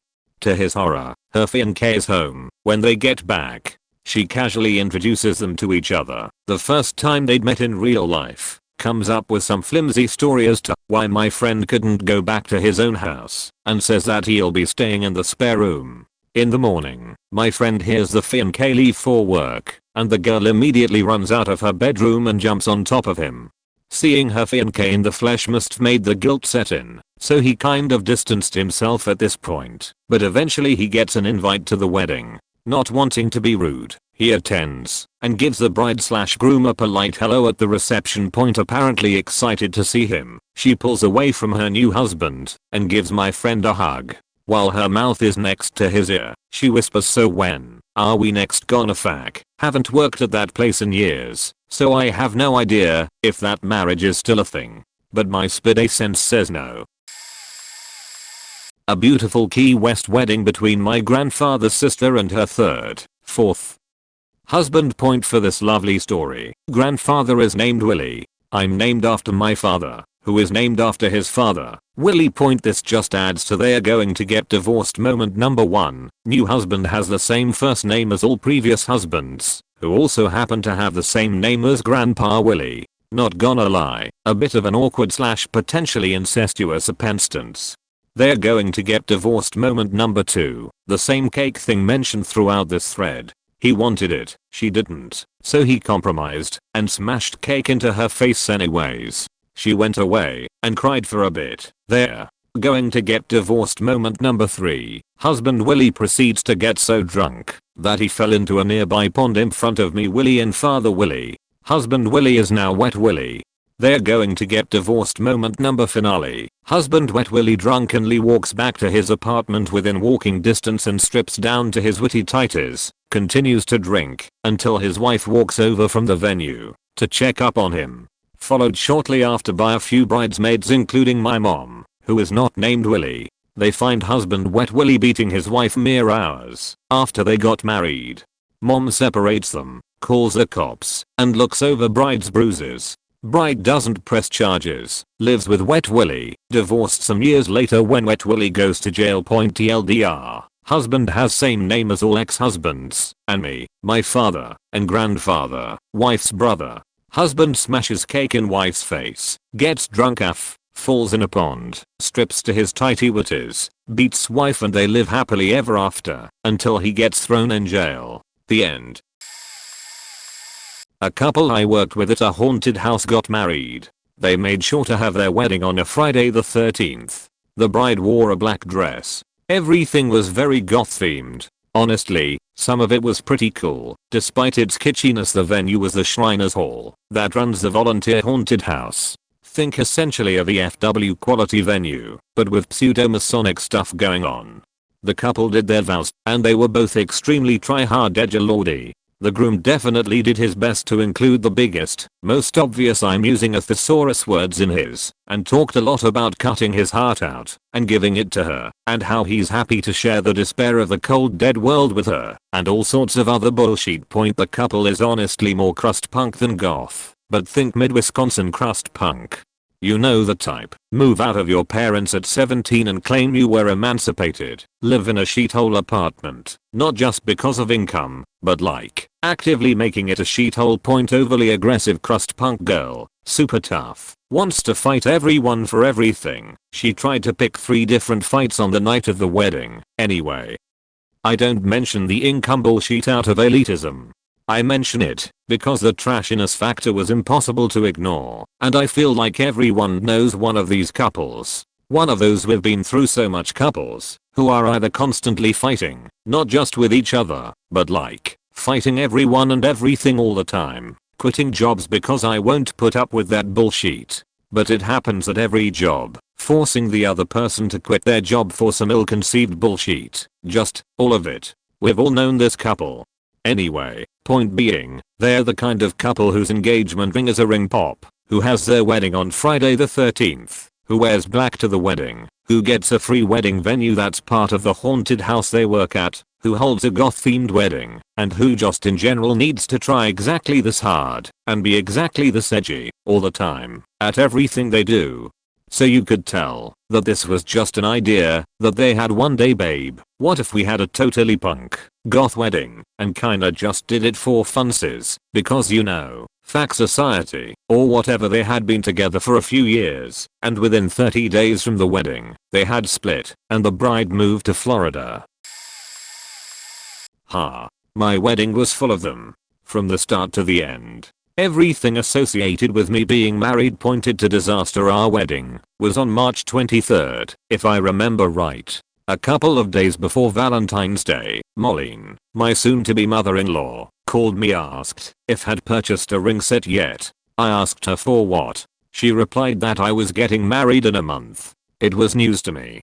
There is this song that is traditionally played after the newlyweds say their vows. I think it was the theme song for the newlywed game. My in-laws had hired a DJ to do all the music for the wedding and the reception. After we said our vows, we started to walk down the aisle. As we were walking, the song hadn't played 2 bars when it started to slow down and stop. Everyone laughed their ass off. I looked at Valerie and said, bad sign.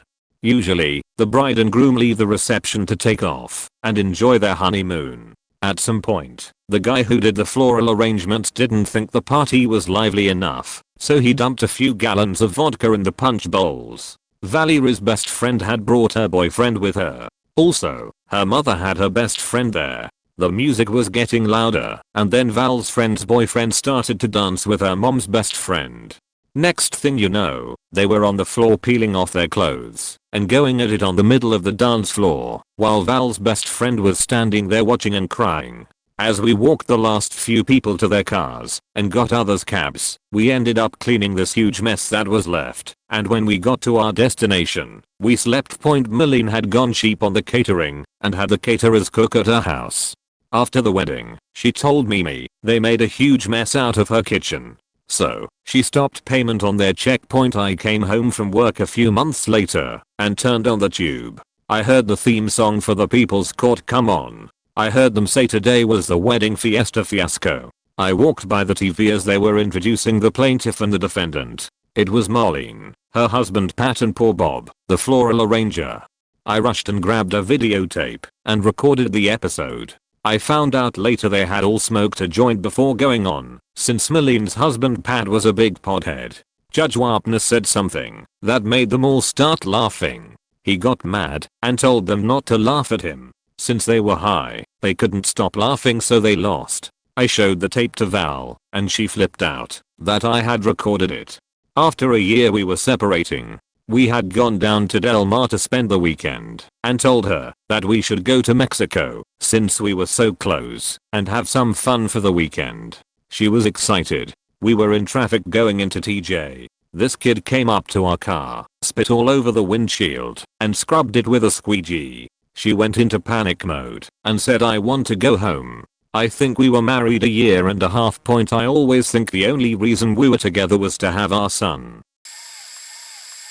My wife was invited to be the maid of honor at her best friend's wedding. For months she slaved over the planning and execution of nearly everything involved. It was for a lesbian couple. Both worked under my wife in the same company for years. One of them was noticeably out of her mind crazy, and I couldn't stand her.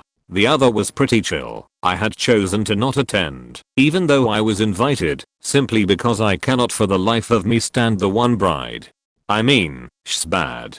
Like, the kinda person you can't be within 10 feet of for more than a minute without losing your mind. Well, the wedding was being held at the crazy bride's mother's house. A huge 10-bedroom, disgustingly large house. They of course invited their closest friends, 5 to 6 of them, most from the same office, to come over and hang a few hours before the wedding was to take place. So they all showed up, including my wife, the maid of honor, 4 hours before the ceremony. Well, none of them came dressed up, including my wife. So an hour or two before things were to begin, they all decided to go get dressed up, and the mother demands they all leave and go elsewhere to do it, as it would somehow be unlucky for them to dress up in the same house as the brides. And the bride of the crazy mother says nothing. Deer in headlights kinda look on her face. All of them being an hour or more from home, all ended up getting dressed up and doing their makeoop in a 711 bathroom, switching out with customers, as it was a single room. She told me it was beyond embarrassing. Then, to make things worse, the mother demanded that my wife, their maid of honor, not be standing near them while they were saying their vows, but rather pulled up an extra chair into the room, at the very back, behind the guests, where she was to stay seated for the entire ceremony. I was livid. A lot of my own money went into decorating and whatnot, as well as a nice expensive gift. My wife ended up making the nearly 2-hour drive home later that evening, crying the entire way. In the end, they moved in together December of 2019, right after getting married. With COVID, they were housebound and couldn't escape one another. They divorced in August of last year, after hardly 11 months. The really cool one of the two brides ended it, saying they were better as friends than lovers. That the other was insufferable.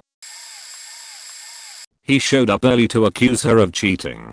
The reason why, he was bored and wanted to come to the banquet hall.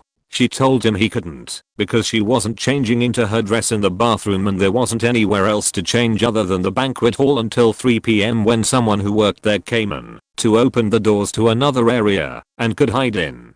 She didn't want him to see her in the dress for bad luck, but this dude came barging in and accused her of hiding something in front of 5 of her bridesmaids that were there, and her mom and sister. They got in a fight and she cried for so long that the wedding was postponed 90 minutes. That was 90 minutes less of open bar. Fact that dude. One of the bridesmaids was my girlfriend who witnessed it.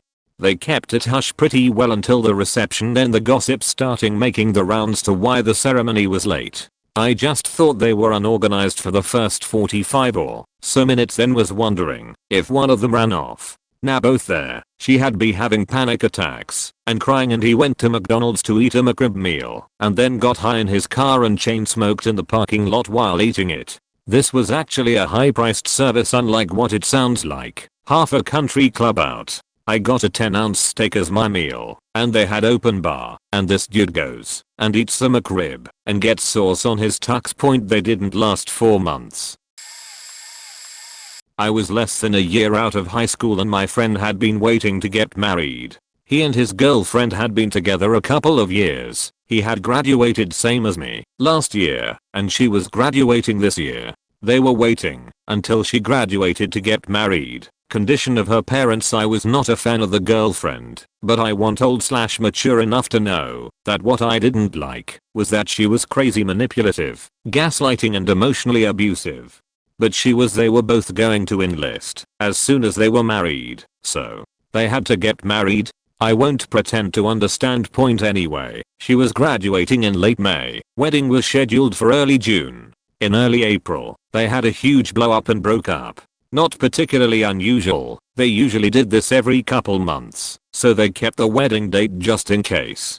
Well, apparently 2 weeks after they broke up, girlfriend had a new boyfriend, so 2 weeks after that my friend had a new girlfriend. My friend and the new girlfriend kept the wedding date and got married then. A week after her graduation, a month after meeting, and 3 months shy of her 18th birthday. I don't know why, but parents agreed. However, it was a really small wedding and reception. Think, wedding party total of 8 people including bride and groom and 15 guests total. Most of the guests, myself included, were not aware of the bride switcheroo until the new bride came in. They thought there might be problems if they told people ahead of time. I got the whole story from a groomsman at the reception. Right then and there, I mentally made a bet with myself that their marriage would be over by the time he finished boot camp. He was a good old boy, die-hard Republican who had a diet that could be summed up as BBQ. She was a crazy liberal, hippie anti-vax vegan. Anyways, he didn't end up staying in the military longer than a year. They managed to wait about 5 years before having a baby, which surprised me, and well over a decade later they are still together and seem reasonably happy. I seriously still cannot fathom how. Oh shit. Okay, story time. My first wedding back in 2004. I met a dude in Navy boot camp. We couldn't see each other privately at all, ever. We only actually saw each other on Sundays at chapel, but we wrote each other constantly. He was from the West Coast, and I was from the Midwest, and really the only thing we had in common was that we were both desperately emotionally lonely, single, and of the same religious background. For some dumb reason he asked me to marry him about 2 months later, while I was still in training, but he was on his way to deploy. And I said yes, because I was 19 and had my head up my ass. So he heads out across the Atlantic, and I wait for my orders to come through. They are sending me to San Diego. I get to San Diego, his deployment ends, and he hops on a plane. His family has a friend that can officiate weddings nearby. We decide to do it. Got the dress at a second-hand prom dress store. Got married in a backyard. Didn't have any family or anyone I even knew in attendance. No music, awful vows written by the officiant, and I ended up putting the ring on the wrong hand. Got married on St. Patrick's Day, so for dinner I just had a little bit of corned beef and a sheet load of alcohol. As soon as we were done with vows I said, I need a beer. We rented a car and headed north to spend our honeymoon at his mother's place on an island. That part wasn't too bad. But as soon as we were both at our respective duty stations we were told it could be 2 years before we might be moved together. Then he went out with his boys from the ship, got really torn up, called me and started his verbal diarrhea with, "Remember when I told you about that hoe house in Malta?" I lied. I'm waiting for my sister-in-law and her husband to get divorced. She insisted on this huge fairy tale castle wedding that was literally in the middle of nowhere. Her parents took out a loan around £30k to pay off part of the wedding that they are still paying off. Her in-laws paid a good £50k for their agreed part. She didn't spend a single penny, but the groom paid around £20k.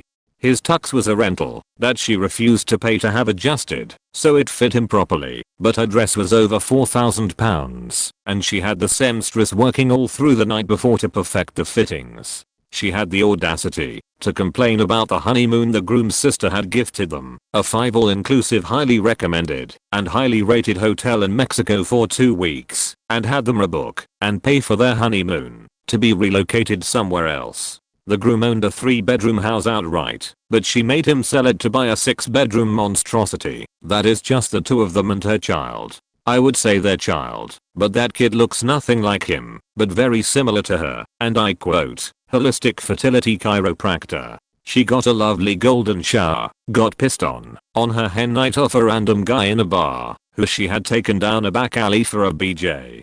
Did I mention that his parents are multimillionaires, and she was bankrupt when she magically found out that he was the one she's waiting for his mother to die, so she can divorce him for his substantial inheritance. Her brother, my husband, is absolutely disgusted by her and doesn't want anything to do with her anymore. He did try convincing the groom to not go through with it. Bride gave the groom an ultimatum to marry her.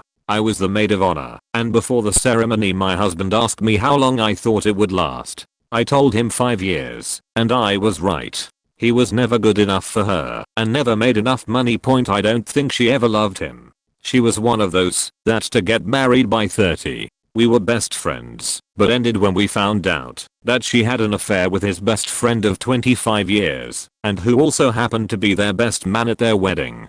Her husband, being a stand-up guy, had invited his friend to stay with them while he was trying to find a place to live, as his second wife caught him screwing around. It ended up that, while he was at work, they were going at it. The friend ended up moving out into his own apartment, but the husband still suspected something was going on. So he told his wife that he had to go out of town for work.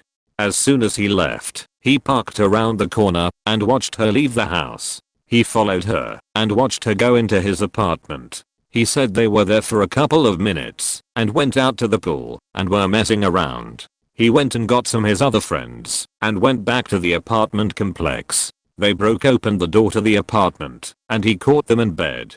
Needless to say, he and his friends beat the crap out his former best friend.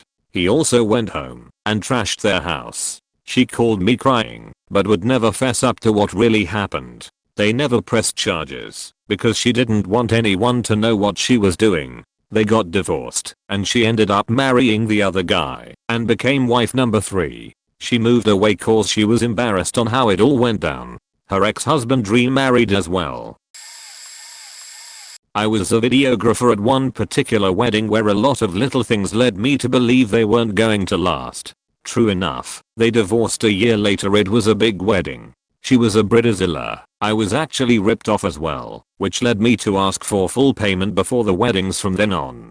But the things in particular, I was tasked to edit the groom's bachelor party video. It had a lot of material I couldn't really put on it, but let's just say that he seemed like a bit of a jerk. During the wedding I also filmed messages for the couple, and many of them were quite sarcastic, mean, or laced with beachy comments. Even the guests didn't seem to like them very much. Bridezilla wanted me to make her wedding video into a 6-hour epic. I had agreed to the gig with making a 45-minute video, but she had changed her mind. She wanted all the footage edited, color corrected and mixed with a selection of music of her choosing. And the songs she picked were just weird. Lady in Red, It's a Perfect Day, and I'm Not Faking Kidding, You're So Vain. I asked her was she sure, cause the songs aren't really nice songs. She got angry and demanded them in there. So yep. It's a Perfect Day plays as she walks down the aisle. Lady in Red is their wedding dance, with You're So Vain rounding out the video with an elaborate montage of all the best parts. It was a faking weird project to work on. Well, until I was hired to do the Australian gig. Jesus, I'm happy I don't do wedding videos anymore. Here is a story that seems like everything goes wrong, but shows there is always hope. Our cast names of course changed: K, M/26, and S, F/22. Their story begins 2 years earlier in early 1990. Mutual friend Anne, although K and S did not know each other, was writing to Ken, who was a Marine Corpsman at Camp Lejeune. S wondered who Anne was writing to and gave S K's address, and she started to write to K. They continued to correspond, even when K gets deployed to Desert Shield/Storm for 7 months. After getting back in spring of 1991, K transfers to new duty station. Taking leave en route, K and S go on first actual date. Said date wasn't totally bad or good. Apparently, though, S's mom had been married to a Marine who was also a Vietnam veteran who suffered some serious PTSD and was very abusive. This, of course, translated to her mom and grandfather, her mom's father, being very leery of K, since he was also in the military. In addition, S's brother Jay tried his hardest to keep them apart. Only grandma, her mom's mother, who actually ran the family, saw the potential and told everyone else to back off. Needless to say, the corresponding continued along with phone calls and visits enabled K and S to grow closer as a couple. Her brother even had their home phone disconnected to prevent the calls. Even through all of this, the couple did get engaged, and instead of planning a wedding, they decided to elope. One of K's co-workers acted as a best man, photographer, and witness. They were married at the base chapel by the Navy chaplain, who was also a Vietnam veteran and also a Marine. Also, S's brother Jay predicted to the couple their marriage would only last 6 months. Interesting so far, eh? After they got married, K and S agreed to co-sign for a loan for the co-worker. Come to find out, co-worker was embezzling from their company. Unfortunately, co-worker committed suicide, so K and S had to repay said loan. Finally, after all the above, things settled down, and K and S got to move to many different places, since K still had 12 years left in the Navy until retirement. Later on, Grandpa actually apologized when he realized the marriage was going to last, and even the brother came around, although K would rub it in every anniversary about how many 6-month periods have passed. Needless to say, S and myself have just celebrated their 29th anniversary and are still going strong as ever. Congrats on making it through. TLDR. Couple with every negative: military, family against, long distance courtship, eloped, witness later committed suicide, and stuck couple with co-signed loan. Constant travel due to military, but couple is now celebrating 29 years of happiness. My sister got married in 2012 to a guy no one liked. This guy's your typical nice guy, lied about everything, his age, salary, whatnot. His family was even worse. His sisters were like the mean girls from hell. My sister is no good either. She is a princess who lives in her own world, where everything is about her. Everyone told her that she would not survive in that family as his sisters will make her life miserable. This is India, mind you, where living with your in-laws after your marriage is common. This is not an arranged marriage, by the way. She picked him and told everyone she will not marry anyone else. We warned her not to come crying to us if something should happen. She said she will die before coming back to us. A week before the marriage, she has a huge fight with the guy over the phone over some shitty thing, and he stops answering. I'm tasked to go to his house and make him talk to her, if you can believe that.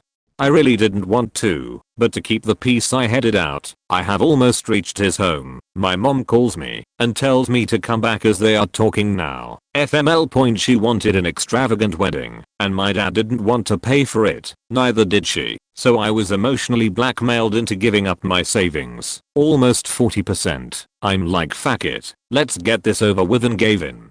A few days later, they have another huge fight, and now she says she will not marry the guy. I say we cut our losses and call off the wedding, but my mom insists we have to go through. Somehow we make it through the wedding, but they separated within a month as she couldn't stand to stay with his family, and he was not willing to leave them. The divorce was finalized 6 months later, as it's court mandated in India. He married within a year of that point. Where is she, you ask? Still living with parents. She is 40 now, working a bit here and there. My mom keeps enabling her, and my dad DGAF. The stunts she tried to pull at my wedding and my marriage is a big story or another time.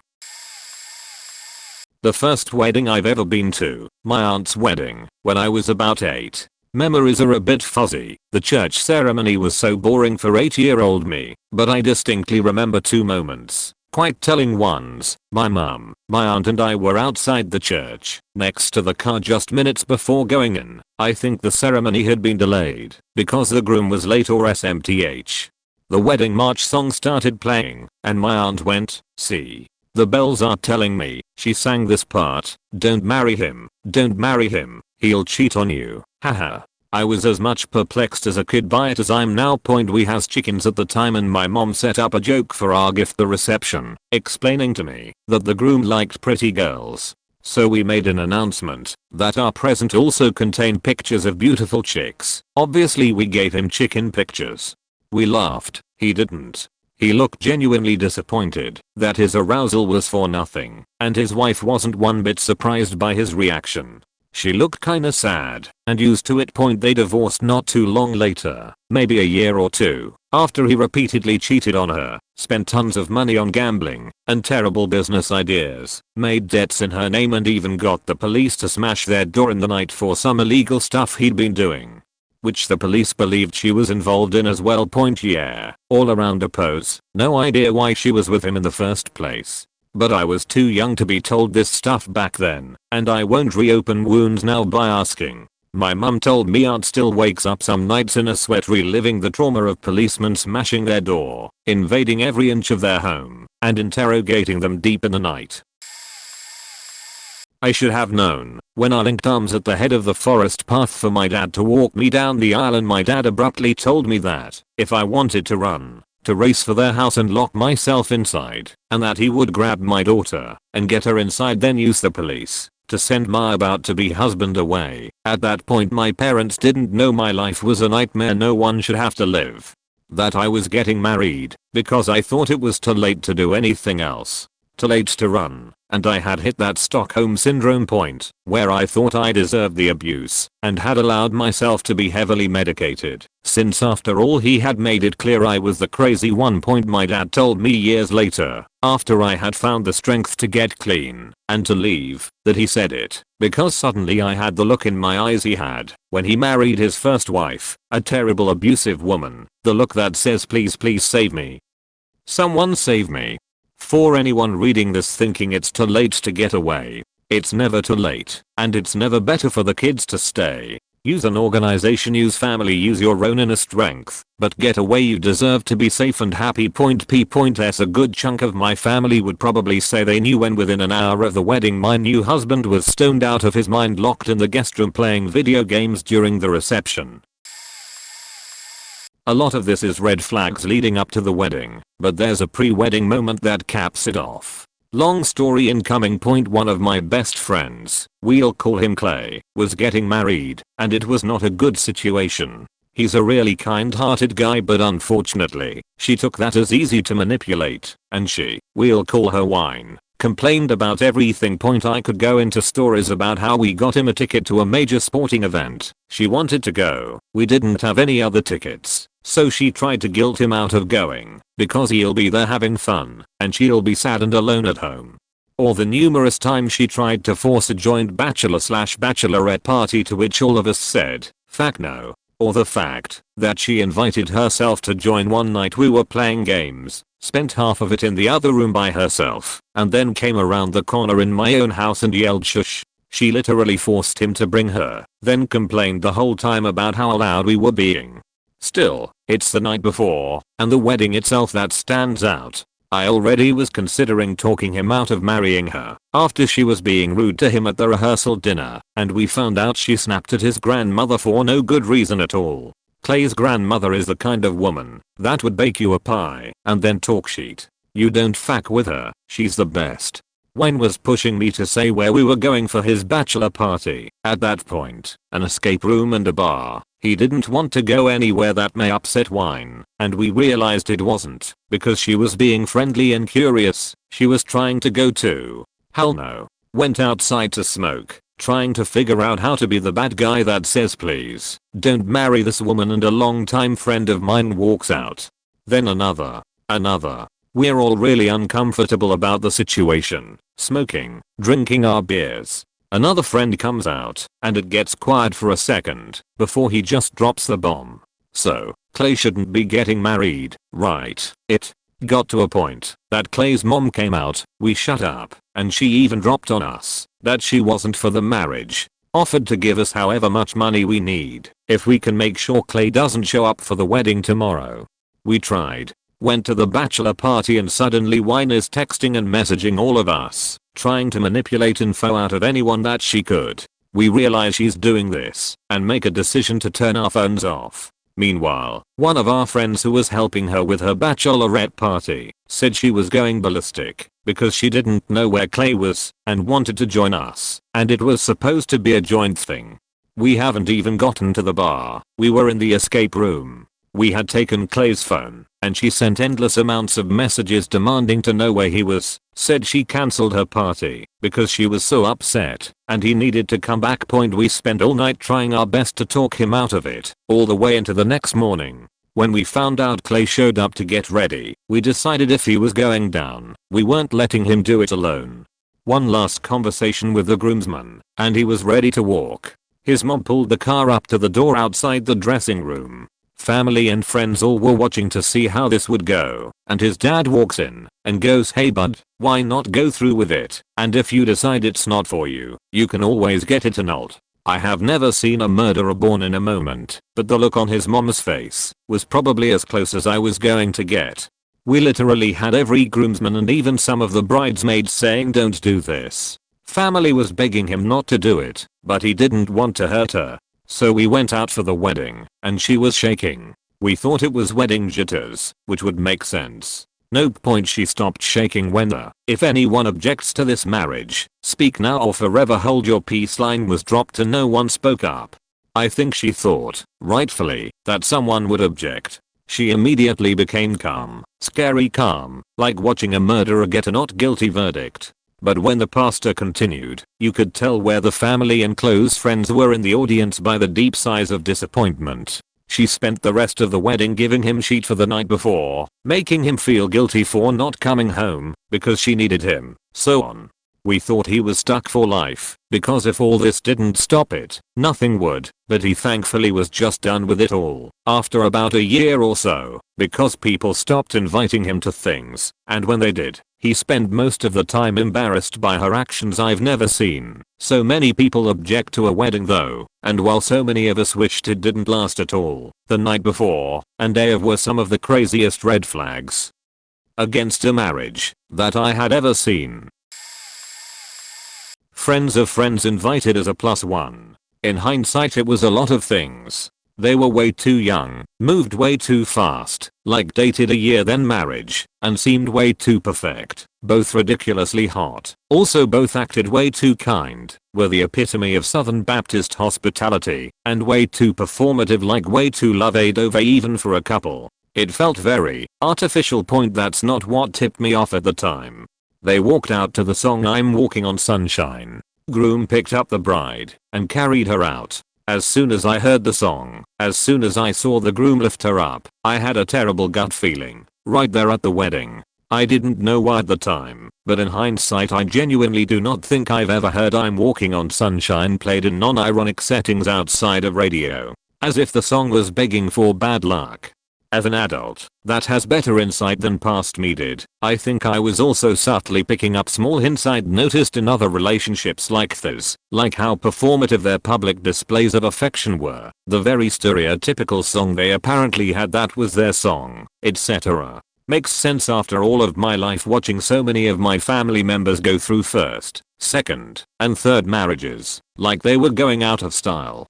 I had the gut feeling for a while, but kept quiet because really, I'm pessimistic as hell, and assumed the worst in everything as a defense mechanism, and I didn't want to literally break up a marriage over a song, so I didn't. I didn't really believe in love at the time, but because they seemed like really sweet people, I really wanted it to work, so I wrote it off, and kept it to myself, kept up a nice smile, and buried it deep inside. Went to their reception, things were okay, groom threw the garter, and I caught it, it all seemed fine. Turns out my gut feeling was right because they eventually got divorced, I think a week or two later, maybe longer, not sure, it's almost been a decade. Apparently he cheated on her after getting drunk at a party. To make matters worse, she was pregnant with his child. Anytime the song came on the radio, my friends and I kinda winced and changed it. Obviously the moralies, don't get married so quickly and so young, but I think the song pick definitely was a subtle hint to their mindsets at the time. And again, "I'm Walking on Sunshine"? That's asking for bad luck. My parents. Classic reply, I know. Somewhere around 2009. It was cool to see my mom being happy in her dress and all in the morning, and the wedding wasn't as disastrous as most of the ones being told in this thread, but anyway. Everyone arrives, 90% of the guests are from my father, and are already getting wasted. It's not my best day. I'm annoyed because I find my hairstyle and my clothes ridiculous and the guests laugh at me for being chosen as the flower boy. Some of the guests didn't like kids and looked at me and my brother as if we have the plague when my mom introduced us to them, while some other are getting all up in our faces and asking the photographers to take awkward pics of us, me in particular. As the annoyed flower boy point afternoon comes, my mom is already getting bored while my father is gone getting wasted with his brothers and friends, and I have to stay with her and listen to her bored chats with the guests while my brother was off to have a horse-drawn carriage ride in the park with our grandpa. The ceremony comes. My father, drunk, grabs my mom to give her a big sloppy kiss during the kiss, and the guests shout at me to pick up the flower petals on the ground, to throw them at them for some solid minutes, and during their dance he's so wasted and red like a tomato and accidentally buries his face in my mom's half-revealed chest in front of their families. The evening comes, they're already apart from each other, and my mom is looking like the excluded kid at a school party. My drunk uncles argue out loud non-stop over small things. My drunk aunts cry crocodile tears for this beautiful event, and my little cousins are playing unsupervised wild games, resulting in them getting grounded because one of them ran into a wall corner during a game of tag and ended up crying with band-aids on his face. My father is nowhere to be seen, but rumors is he's getting wasted again in the next city. The most fun part of the wedding was when my older childhood best friend, who was invited because her father is a friend of my father, sneaked out with me and broke into the park at night before we went back in my house to have a sleepover and watch cartoons. My mom came back a few moments later with my brother because she was already having enough, and she made us snacks. Well, you guessed it, me and my brother spent the rest of our childhood with a toxic father and an unhappy mother, constantly fighting and reminding us at the dinner table they are only staying for financial matter and for us, and waiting for me to move out to officialize the divorce. Point: my father never had a great relationship with weddings anyway. He's homophobic and later on turned down an invitation from his friend to his wedding because he was marrying a man. He kept fantasizing about attending my brother's future wedding with a beautiful white Christian girl who would give him grandchildren and keep the family's legacy. My brother is the eldest. Irony of the situation, my brother recently came out as gay, and, due to personal reasons after my father got mad at this and decided to place his last hopes on me, I've been hiding my bisexuality and my relationship with my boyfriend for a while now. My boyfriend keeps dreaming of a happy marriage for us, and I wanna make sure to give it to him in the near future. I was not at the wedding due to a falling out that I had, and a majority of my friends had with the bride and groom before their wedding. Point: bride and groom were together throughout high school and into college, or beginning of his military service for the groom. However, throughout their relationship the groom was a serial cheater. Not only that, he was pursuing women noticeably younger than him. In high school he was hooking up with girls that were 14 to 15, and he was 17 to 18, which can be a little weird, but not totally taboo. When he was caught, when he was 22, he was cheating on the bride with a girl that was 15. The bride was absolutely not happy and was very much in an abusive relationship, but was extremely loyal to the groom and blamed his serial cheating on his manly urges. We pleaded with her to leave him before it was too late, but that ended up with a massive argument and rift in our friend group that defended the bride's decision and those who didn't. It was bad. Fast forward, they got married, and less than a year later she finds out that he, probably 23 or so, was messaging two 14-year-old girls in an attempt to a three-way. They divorced soon after that. Point: the bride is doing well now, and I honestly don't give a fuck about what the groom and is doing or how he's doing, because his actions absolutely disgusted me. However, I and my friends were never able to reconnect with the bride, but I'm glad she seems to be doing better. So, before I start, this is right before everything shut down due to COVID, so here goes. My family was there for the bride, who I had never met, but I was at home for the week and thought, why not? This was a mistake. Point: the wedding ceremony went and was really your run-of-the-mill ceremony, except the groom was crying like I'm totally for emotions being shown, but there was obviously something very wrong. Also important to note that they had had 2 children, which is fine, but both had conservative families, so yeah. This is where it goes downhill. We go to the reception at this venue, and we are doing okay, until the toast, where the groom is still crying, like a lot. How do you keep crying for this long? Easily over 2 hours. The toast was okay, nothing memorable, and then we start the party, right? Drinks now flow like water. Well, someone liked their drink a bit too much. The groom then drank quite a bit, was harassing some of the women of the bridal party. We learned this after the fact, just fell into a table full of food that the bride's parents were at, then got into a drunk shoving match with the best man that just happened to be his brother. I live across the world now, for which I'm very grateful. They are still together, from what I've heard, but the relationship hasn't been healthy. Who would have thought? Well, this is not about them to not last long, but about a strange wedding point. So there was this old friend of my wife to get married. She and her groom loved to dance, so basically their plan for the night was dancing, and lots of it. They even organized one of these really old jukeboxes to pick out your music. Point problem was, she is Dutch/Danish origin, her husband is Ike, Swedish, and in addition to guests from there were other nationalities present, so translation to English was also required. At the beginning of the dinner people started to give speeches, one sentence in one language. Translation into language #2, translation into language #3, sometimes even into #4 next sentence. I kid you not, the first speech already blew the complete schedule for dinner out of the window. There was a speech from, and I kid you not, her father, her mother, new spouse of I don't remember whom, his father, some uncle or godfather or whatnot, some best man or girl, I don't remember. This is really true. The speeches were finished far after midnight. Then there was time for roughly half an hour of dancing. Point they were deeply frustrated with the whole thing, but didn't want to hurt any of the speakers, and so it just continued. Which goes to show that you really should appoint someone to be the master of schedule and ceremony and explicitly grant the authority to prevent certain relatives from doing certain things. It somewhat breaks my heart when I think back to it, but they are still happily married many years later, so they're at least that. Here's a slightly different take on this. TLDR, I invited a friend I hadn't met in person to my sister's wedding. Thought guest was going to murder me with words before the day of the wedding ever came. Point I invited an online friend that I hadn't ever met in person, but had talked to / video chatted with for years, to my sister's wedding in June. Yeah, I know, I'd read tons of stories about the random person at the wedding who screws it up, and still went ahead and did it anyway. We'll talk about that in a bit. She flew in a day earlier than we had planned. Not that I'm complaining, it just threw all my plans out the window, and I spent most of the weekend feeling completely off kilter. Originally, she was flying in on Thursday evening. I was going to work until noon on Thursday, get my hair cut, pick up my tux, and pick her up at the airport. Then it was off to the hotel.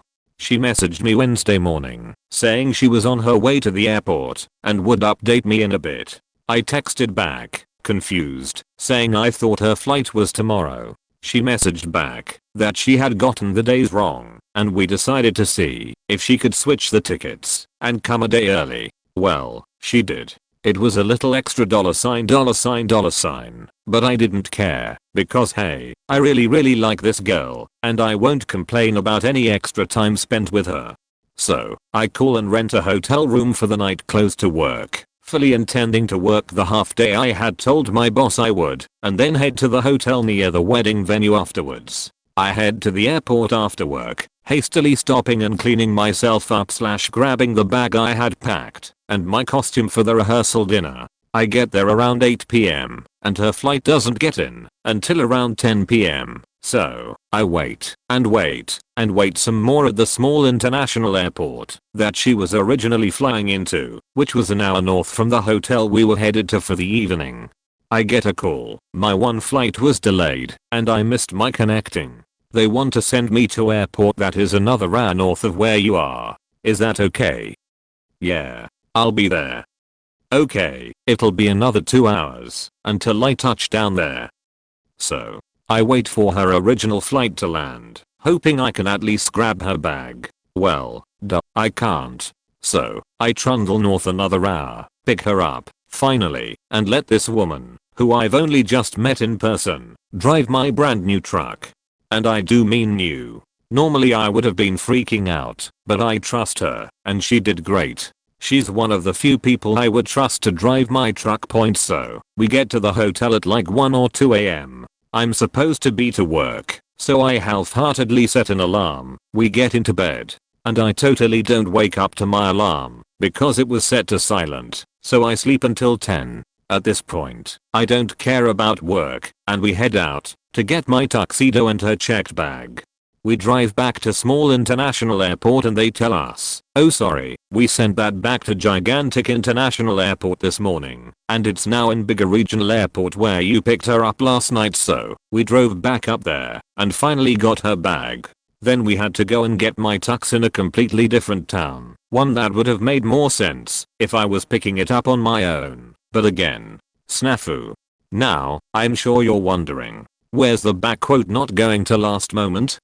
Well, that was us, in the truck, getting closer and closer to the hotel, where we'll be spending the next few days, when my idiot brain means I miss my weird exit thing off the interstate. It looked like a service road intersecting an on/off ramp, and I ended up giving us what felt like another 30-ish miles on the turnpike, since there wasn't anywhere, or any way, to turn around.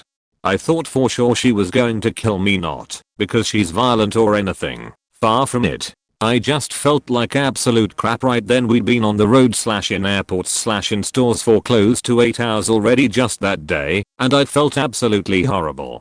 Good news, though, we did eventually make it to the hotel. She didn't kill me, allegedly, and the entire wedding / ceremony went off pretty much without a hitch. She was the perfect guest, as far as I'm concerned. My family all likes her an awful lot now, and she even helped my mom when my mom got a bit too warm outside. I could go into detail on the afterwards, but what's the fun in that? You don't want to hear about the fiasco while trying to get her home, I'm sure. I've been a best man twice. Neither marriage lasted very long. First time, I was too young to fully understand how unstable the bride was, divorced with a kid, older than the groom. The second time, it was easy to see that coming, to the point where, before we headed over to the wedding site, I offered to drive the groom to a condo my family owned in a resort town, if he wanted to back out.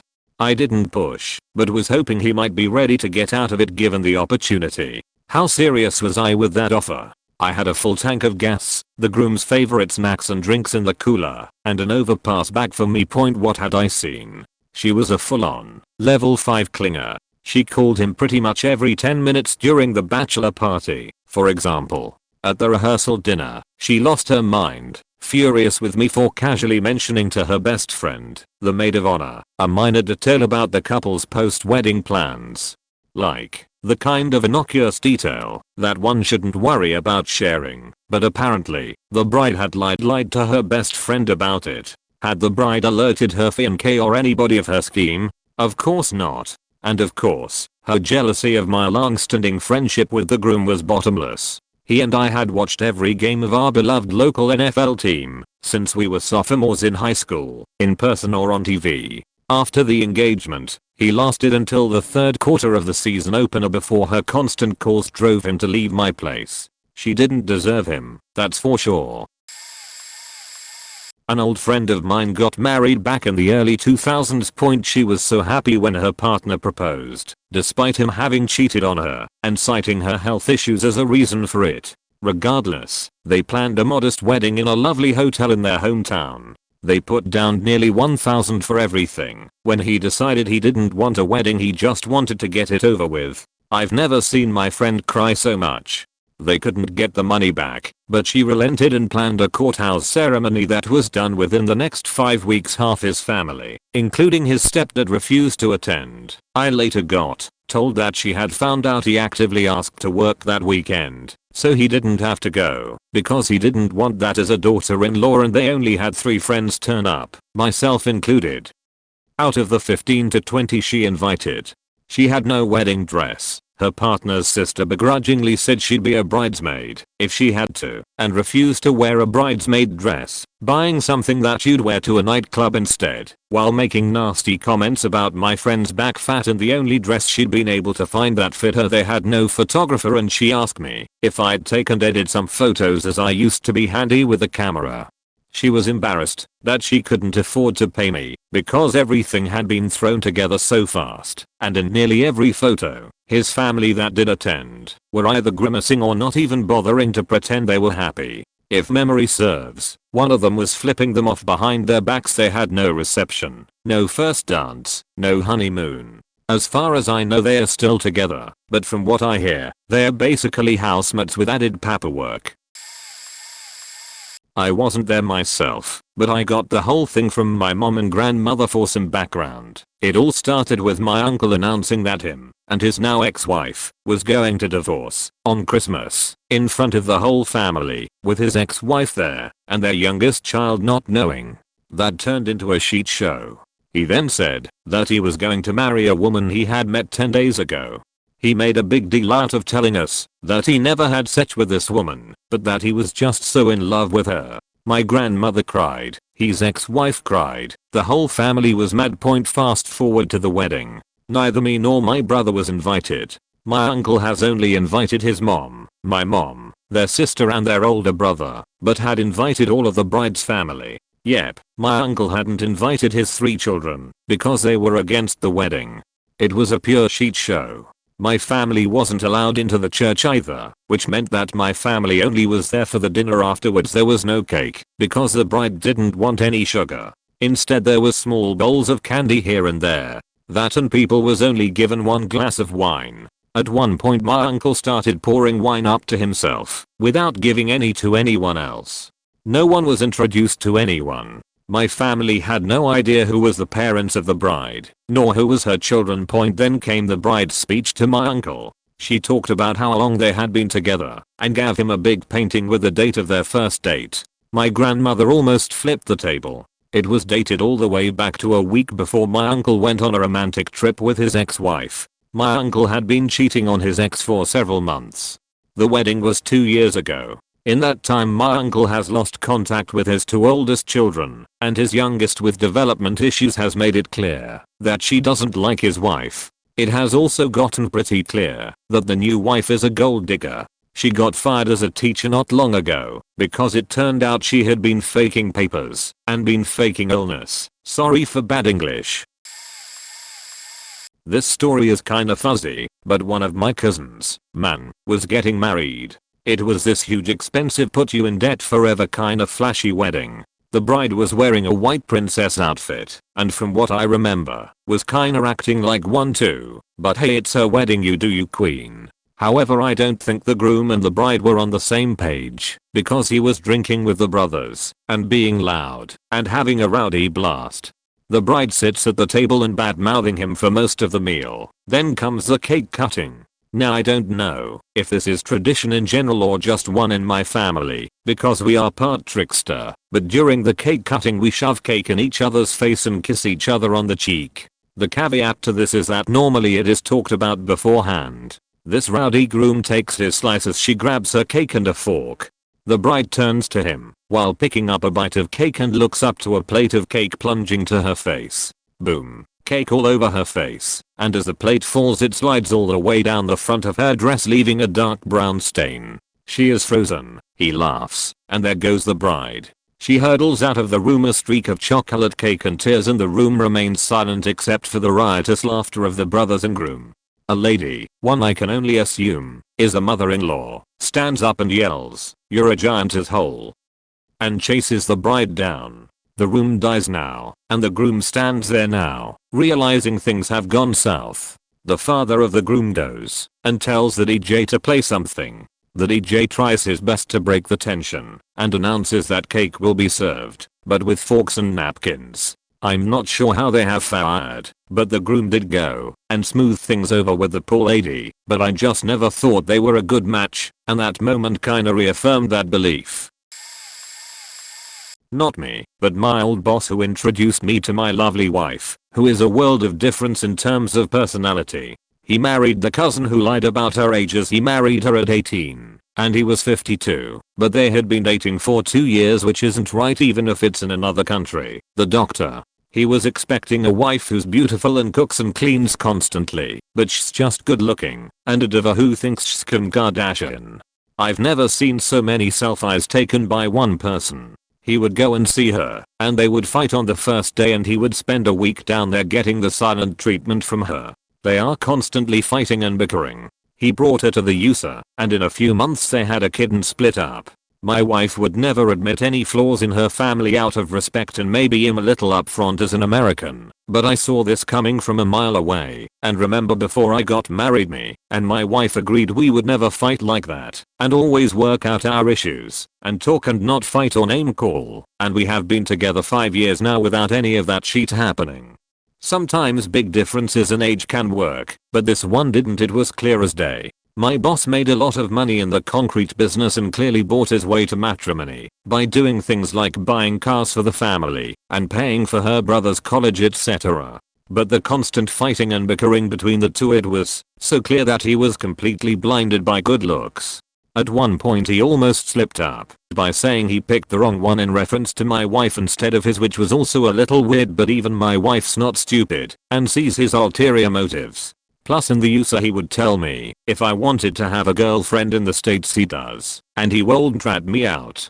Good thing I never did, because I'm a loyal guy. Plus also, when I quit his job due to having kidney failure, he showed his true colors, and thank God I never told him anything personal about myself, because he tried every angle to take me down and nothing would work, because I'm a legit person and not fake.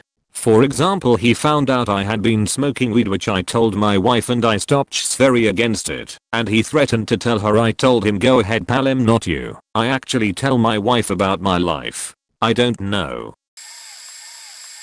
I went to school for a year in a small town with cousins. I had the reputation for being a rebel and a big city girl. It was during that time a guy 2 classes ahead of me started confiding in me. We will call him W. Eventually sharing the fact that he was gay. I think he said he liked guys not girls, because I don't recall the word gay being widely used then. Despite it being the very early 70s, I did no same-sex adult in my hometown. He felt better to tell someone. All was well between us, but he was from a very conservative family and had parents who were big fish in a small town. Dad owned several businesses and mom would have bridge games at the house and sing an aria to her guests. Very hoity-toity and kind of a joke anywhere but this small town point. He graduated that spring and I moved back to the city. I was a bit of a bad girl and a couple of years later I proved it. Pregnant in high school. My now ex-husband was in as, but his family was excellent and accepting. It was a wedding in the judge's office with no guests. Then one Saturday my ex wanted to go visit his grandma. She was a fantastic woman and I happily went with him. Imagine my surprise when I walked into the parlor and saw W cozied up on the couch next to my ex's cousin. The color drained out of his face. They were in the final phase of wedding planning. Color me confused. We eventually left after I'd failed to get him alone to speak to him. He did say, you look familiar, and I played along with, where do you go to school? Keep in mind there were only about 75 people in each class. I was new to the whole family and still a little stunned. I replied he looked familiar too. I sought him out and asked him if something had changed. No, nothing had changed, he said, but his family made it impossible to do anything but marry a woman. My husband's cousin was grateful as she'd had no prospects and never even had a date in high school. I asked if she knew. She did not. We talked for some time and he was unmoved. He was going through with it. I spoke to my husband and we decided it wasn't my place to tell anyone. Then we attended the wedding, which went as you might guess. All set up for the bride's mother, who sang 3 times, and as others here mentioned, was ignored, and it was all about mom and W. Best part? Halfway through her second song, the ring bearer ran to the altar while holding his crotch and howled, I gotta pee. Mom was indignant and started the song again. Epic quiet. In the end, found her courage and left him. What really bothered me was he tried to lay blame on me for not busting him before the marriage. She was heartbroken for some time, but raised her kids, eventually co-parenting together, and met someone nice later in life. I have 2 younger sisters. The older of the two got engaged in August 2019. They had been together for 13 years, since high school and now early 30s. The younger sister is in college, and the maid of honor. The wedding was set for October 2020. For several months the mod apparently had done nothing to plan anything. My mother chalks it up to her being a college student. So right off the bat my sister and Fiancé are pissed that she is not doing anything the mod is supposed to do. Then COVID started. My younger sister has to move home, take classes online, wearing a mask at work, Starbucks, and now can't see her friends. And I guess she was having mental health problems prior to all that anyways. One day in May 2020, actually my wedding anniversary, I'm FaceTiming my father and the younger one pops in all excited and says, "Look, I cut my hair." She had completely buzzed her entire hair off after having mid-back length hair since she was a little girl. But it looked like she was enlisting in the army, but it was done in the dark. I look at her and was in shock. I didn't know what to say. A few hours later my older sister says to get on Skype to a group video chat with my younger sister. My older sister and Fiancé are looking into the camera like they are planning a murder. Needless to say this was a big deal. The following day my two sisters met and the older one had a long letter that she read to her saying how she is disappointed, etc. A few months pass and the younger one says she will wear a wig. The older sister and Fiancé agree point by the end of the summer 2020 and they decide to move the wedding to October 2021 because of COVID. Ma still has apparently done nothing, but it's clear she is keeping her short hair which has grown in now and she has it styled nicely. Point now it's 3 months until the wedding and the younger one is refusing to wear the wig. She never ordered one, but my sister and her Fiancé are so adamant about her wearing one that my mother is calling me for advice of what they should do. The older sister and Fiancé are complaining that everyone will have down DOS except her. There's way more to it than that, like the younger one always gets away with stuff without thinking of the consequences, while my mom says the younger one is not feeling loved for her being her. These events have caused a whole rift in the family dynamic. My wife and I have nicknamed it Haircut Scandal. My younger sister and the Fiancé used to have a great relationship, like getting funny or meaningful gifts for Christmas. Now it's awkward at best. One hand we, edit, my parents, not we/me, want my younger sister to feel loved and appreciated. On the other hand it's my sisters, edit, their daughters. Wedding point let's see what happens. Oh also the Fiancé's mom is requesting they change the wedding venue 3 months out, edit, appreciate the feedback. I personally think it's ridiculous to try to make someone wear a wig for any occasion. It was a series of moments, really. First, she called off the wedding for a little over a week, about 2 weeks before the wedding, which led to a scramble when she called it back on 4 days before the date. The night before, she honestly looked like she wanted to cry, so we kept checking on her the day if she looked like she was bracing for war the entire time we got ready, just looking positively grim. I was the second person to offer to get her out of there, but not the last, and she just kind of shook her head and said the worst that would happen is her being divorced in a few years. The pastor came by with paperwork and she joked about her groom's behavior at the wedding and reception determining if they filed it. At the reception, her new husband got so drunk it took 2 people to carry him out, his feet dragging. When she followed him out, she seemed more resigned and angry than anything. They separated after 9 months, but haven't gone through with finalizing the split. He still comes to family functions because he wants to work it out, but he's not willing to change. He's a know-it-all, an alcoholic, and a misogynist, and she's confrontational, stubborn, and bad about hitting below the belt when arguing, and she lets him come with her because she's just putting on a show for his and our parents' benefit until bad stuff stops happening in his personal life because she wants him to be in a good enough place not to off himself. When she does file the paperwork point the whole thing is messed up. 20+ year wedding photographer here, so I have quite a few of these. Point 1 The bride took several fireball shots during getting ready, ended up throwing up on herself at the altar. He left her a year later when she finally went to rehab. Point these are usually a good chance they will divorce within 5 years. Groomed during engagement photos is a mopey prick who complains about being there. Bride shuts down every suggestion groom makes. because it's her day smashing the cake in the other's face. Groom gave a bride a bloody nose once, and she left the reception and filed for an annulment when they ask for a payment extension or try and lower their package last minimum because they financially overextended themselves. Overbearing mother-in-law's the one that I was sure about, but they are still together a decade later. During a reception, I went to the bridal suite where I had stashed my camera bag and I needed another battery. Door was cracked, and I saw the bride making out with her new bill/best man. Groom was drunk on the dance floor and didn't know she was even missing.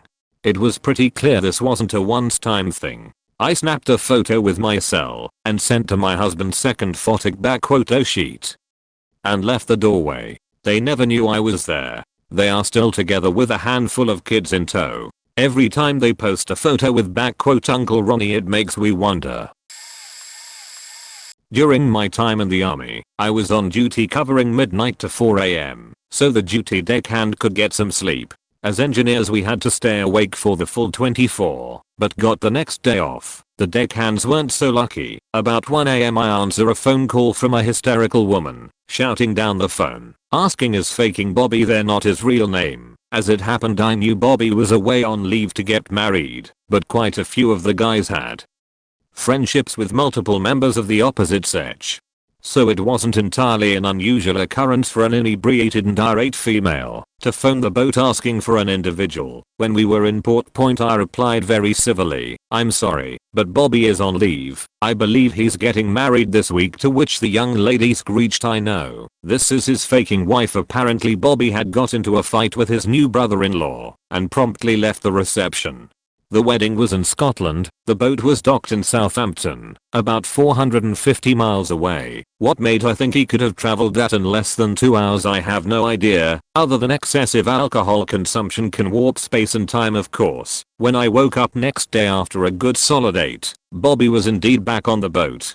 I never got the full details. I doubt anyone present was sober enough to even remember the details themselves, and although they patched up, given the volatile nature of both of them, I suspect it didn't last, although I kind of hope it did. I also served with another guy who divorced and remarried the same woman 3 times. Last I heard they were still together despite all expectations. A buddy of mine got married right after high school. I mean, the week after. He was getting married to a girl from the next town over whom we never met. The wedding was a nice small affair of maybe 30 people, with my best friend and I being the only friends of the groom. The only other person on his side of the aisle was his mother, who had been battling cancer for a few months. So after the wedding they invited a few of us over to their new house for an after party. That in itself seemed odd, but I was clumsily flirting with the bride's cousin, so I accepted. A couple of hours later, the bride was sloppy drunk and being verbally abusive. Nothing super crazy, but just mean girl talk. The groom was trying to calm her down, and the guests all started to leave. She got mad that everyone was leaving, and while chasing her cousin down she tripped into and completely destroyed their fish tank. She berated her new husband for the accident and slapped him repeatedly. He was nowhere near the incident when it happened. Knew then and there it wasn't going to last long. It lasted about a year, with most of it being unhappily cohabitating, until they could each make it on their own. The heartbreaking part of this is that his mother passed away the month after the wedding. I always felt like he was trying to make his mother happy and show her that he was going to be okay when she was gone. Groom made the bride cry 12 times that day before the ceremony, at the dance, after the dance had failed, because he can't dance, and got angry, and lost a debit card that had all the money they had on it. Just the tip of the iceberg of what I dealt with that day. The groom had told me he didn't wanna get married like 8 times the day before, and if my family member, who's like a brother to me, who's grown up traumatized with anger tantrums and failed to get help, said the dance didn't matter, and since she failed to rent a car for the honeymoon, threatened 3 times to cancel the wedding, to which I talked him out of.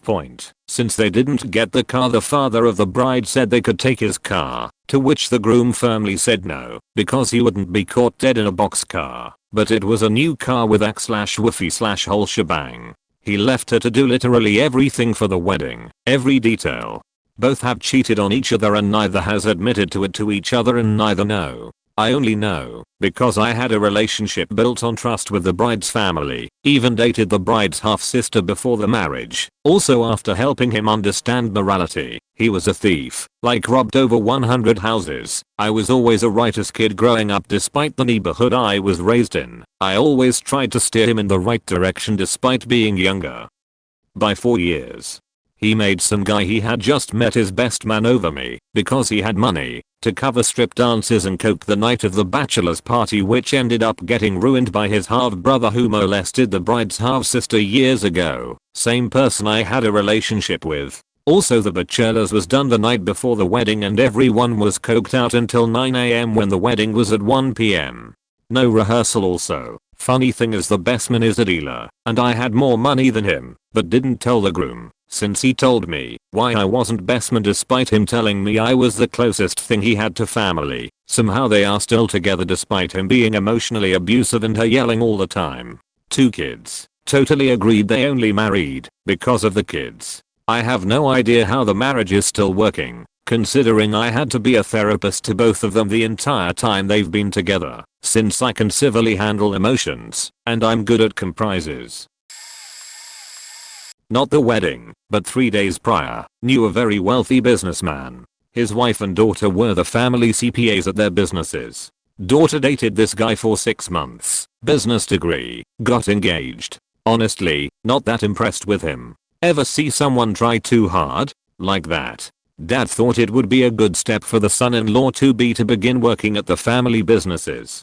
We got our invitations, hotel reservations, sent the wedding gifts ahead, and ready to drive the 4 hours to their city. They had booked the country club and a very well-known singer and orchestra to play. Someone you would never consider would do a private gig. Chef and staff, limos for the families, several hundred people, pretty big deal. A courier drove up and handed us a telegram. Never received one before. Early 90s. It read, "The wedding between and will not take place." Wow. The next month we were visiting with the father and asked what happened. Quote, "I left $5 on the table. I placed him in charge of an account. If some cash disappeared from this one account, he would be the only one who had access it. He took it. A lot. I told if she couldn't trust him with her money, she couldn't trust him with her marriage." Our reaction was, "That must have been expensive." His answer, "Still cheaper than a divorce." One of my best friends from college got married a year after we all graduated. We hadn't seen each other in a year because we were from all over the country, so during the days before the wedding we wanted to go out and spend just a little time together as a group, and the bride wouldn't allow it. She had drawn up an elaborate timetable that included who had to eat together when and where, and as his college buddies, our time with him had obviously been minimized because we were a bad influence. For some background, they had gotten together in high school and he went out of state for college. She tried to stop it, but she wouldn't let him stay out past 10 PM, and she would insist on a 10 PM phone call every Friday and Saturday night from his dorm landline to make sure he wasn't out doing things he shouldn't be. We sometimes went through elaborate scenarios in order to avoid having to take him back to his room at 10 and go back out, but they didn't always work, and sometimes she caught on, so she didn't trust any of us. The night before the wedding, everything had been done. The rehearsal dinner was complete. There was literally nothing for him to do but wake up and go to the wedding the next morning. Keeping it traditional, he wasn't allowed to see her, so he was just sitting in his room doing nothing. We decided to spring him around 6 PM to take him out for one last night together. We were out in rural Pennsylvania, so there wasn't much else to do, so we were just going to hit up Applebee's for dinner and some beers, and then go to the town comic book store for one last D&D session. She had apparently foreseen this and was convinced we were taking him to Philly for some sort of crazy all-night wild bachelor party. So when we grabbed him from his room, he made some protests because he didn't want her mad, but we threw a blanket over his head and told him he's being kidnapped to give him some deniability. We took him down the freight elevator and tried to go out the back of the hotel next to the loading dock. She had stationed all of her friends at all the exits, even the faking fire escape, and honest to God two-way radios to make sure we didn't try to sneak him out. She was convinced that we were going to take him out and not bring him back for the wedding and her perfect day would be ruined. And it wasn't even faking 6 p.m. Yet point anyway, that was a long time ago. In last I heard from him, he was fighting to get monthly visits with their kid. I used to work on a windjammer, a type of traditionally rigged wooden boat, mostly schooners, used to take tourists out for 3 to 7 day trips around the main coast. Think cruise ship, but only 30 guests, sailing only, home cooked meals, etc. Because of the gorgeous surroundings and intimate atmosphere, there's always a wedding or two on board each summer, usually people eloping as they can't really invite their own guests. You just book onto the trip normally, discuss your plan with the captain beforehand, and then whoever else happens to be booked on the same trip with you gets to be part of a cute surprise ceremony they weren't expecting. It's usually pretty sweet. The ceremonies are short and everyone gets drunk after and enjoys themselves. However, this one I was on board for was really uncomfortable. It was this fairly young couple, mid to late 20s maybe, who had pretty much kept to themselves the whole trip so far. Whatever do your thing. A few nights into the trip we are in a really beautiful anchorage for the night and the captain calls everyone up on deck and tells us all there's a surprise and this couple is about to get married. We all sit down and listen to him say his piece. Then it comes time for the couple to say their vows. The bride goes first and is making all her promises for loving him her whole life blah blah blah. Then she pauses and he gives her this look like go ahead, say it. She giggles nervously and says haltingly I promise to always obey you. Everyone kind of laughs awkwardly. The groom looks really proud of himself. He does his vows, no similar statement. Afterwards, some of the other passengers joked with the couple, pointing out he hadn't promised the same. He just laughed and said nope. The wife looked super uncomfortable the whole time. I hope she's okay. Oh boy, it was a family member's wedding. They had been dating since high school and were early 20s. Bride was a definite Bridezilla. I was in the wedding, and as I was in the bridal suite, she stood on a pedestal and ordered people around the entire time.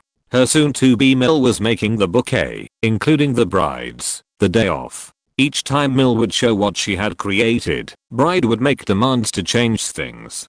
Luckily, it was done by the ceremony. Then, the bride and groom exchanged notes before the ceremony. She read hers and started to fan herself and cry an insane amount. I happened upon the note Elet said was let's do this. During the ceremony, a bridesmaid, not once but twice fainted and neither the bride or the groom moved a muscle to help her up. It almost seemed like they were inconvenienced.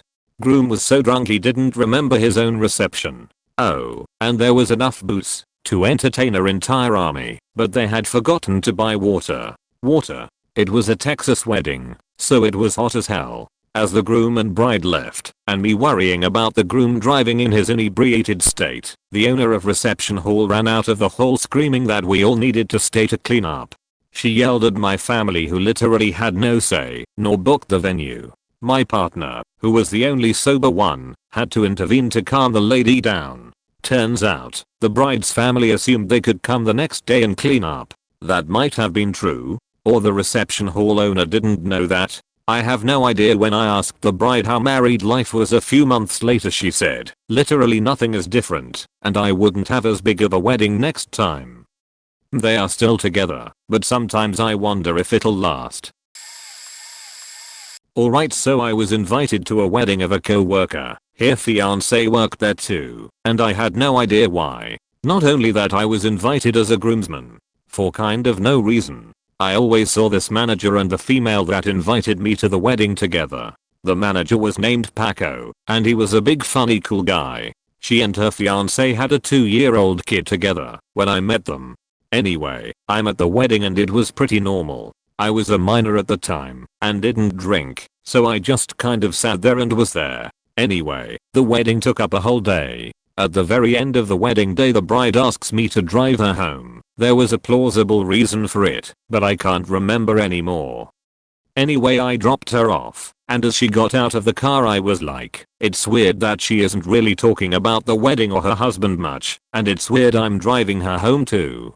Anyway, a month later her and the manager are fired for talking lewdly over the company phone to each other. I realize she originally wanted the manager to be one of the groomsmen and wanted him to drive her home. How it worked out was I was a safe dude that wouldn't try anything, and her fiance said to pick me. What the fuck? Anyway, I also realize that she had texted me stuff like "I want to eat you up" and stuff while on break, and I just thought it was a weird joke I didn't get. She was leering at me. That's how I perceived it. She must have thought it was her "I want you" face when I looked up at her when I read the text. And at the time I just had no clue what that meant, right? Anyway, I walked right on through that minefield. Lol. They stayed married, I think, and then the guy moved in with them. That's all I know about the situation. Very weird. This is late and will probably get buried, but my mom's first marriage. I'm a product of a second marriage, but the story goes thusly. Mom was a high school freshman when she met him. He was a senior. Mom's parents weren't good people and she wanted away from them. She often hung out at his home because his parents were so kind to her. She loved his parents and wanted them as her own. Her boyfriend, she didn't love, but he very much loved her and asked to marry her. After they both graduated, she saw an out and said, "Let's run away and do it now." So they ran away from home. This was the 50s, so Amber Alerts weren't a thing, but after a week police were looking. They found out in Kentucky they could be married, so they drove from New Jersey to Kentucky and lived in the car and only had jars of peanut butter to eat. Somehow, after lots of people refusing to marry them, they found an ordained minister who lived in an old trailer park. They were apparently married in his trailer with his wife and children as witnesses. The wife even said something to my mom about not being able to run from your problems. Clearly, that lady knew what was up. Eventually hunger got the best of them, and they went home. They made it almost 10 years. I remember this girl in my dorm, really nice person, and she discovered Ike back when the internet was starting to develop. Somehow she met some guy in Chicago, and for whatever reason they ended up getting together. My second quarter starts, and I change rooms to live downstairs. Suddenly, I notice this really odd guy living in the kitchen storage. Come to find out it was this girl's boyfriend she met on Ike. Someone in the dorm told me that when she first saw the guy, she put her finger down her throat. Then later on we'd come to find her roommate once in a while wandering the halls because she had been kicked out, while these high-pitched squeals erupted on her floor. Fast forward to the summer, and I was taking summer school, moved into an apartment where nearby our local market was an Albertsons. While walking down one aisle, I see them both and learn that they got married and were now living together. My first thought was, gee, that was really fast. Fall comes around and I learn she ended up becoming an admin for one of the student labs and decided to talk with her. She wasn't looking too happy, but she was still on Ike, email, etc. I inquire, what happened? She replied with, fell in love, got married, and now we are divorced. All in a span of a year. I felt bad for her because she was a super nice girl and very jovial. It pretty much left a bad taste for online dating for me, and still does to a degree. First, let me assure you, I was not a fan from the beginning. My roommate J liked girl M. Despite knowing J had crushed on M throughout elementary school through high school, roommate C decided to ask M out. C and M dated off and on for over a year. The off part was cause M likes to get plastered and cheat. When C and M started talking marriage, I could hear Billy Joel's The Ballad of Brenda and Eddie in my head, like every time I saw them. I dedicated it to them. Other parties agreed and would play the song. So, fast forward to the weekend wedding.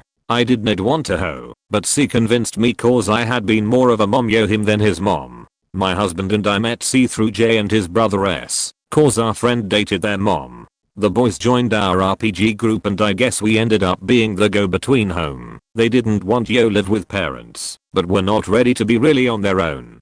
J's and parents accredited my husband and I for J finishing school even. So we go to wedding. Reception is at the Legion Hall. Side note, that was a surprise to Northeast cause neither C or M had any association with the American Legion, but I did. My dad's picture is on our post's wall as a past commander, which fave Northeast something to do with my 11-year-old. The post has a new convention room they rent out.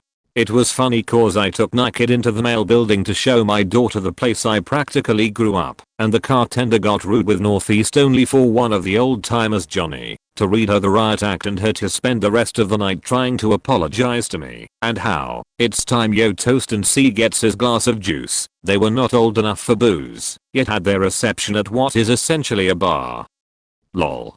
C gets up to toast and thank everyone for coming to their infestation. Not a joke or mistype there. My husband looks at him and asked, are we going to need a shot flea bath or what? So, M gets knocked up, like you do. Baby born. M is constantly AR place with J. C joined military to provide for M and baby, and first night in killed himself. Body never released to M and we didn't get a funeral. No idea what happened there, but some like to think the military helped him pretend to die to get away from M. We know it's a BS hope, but hey, we lived the kid.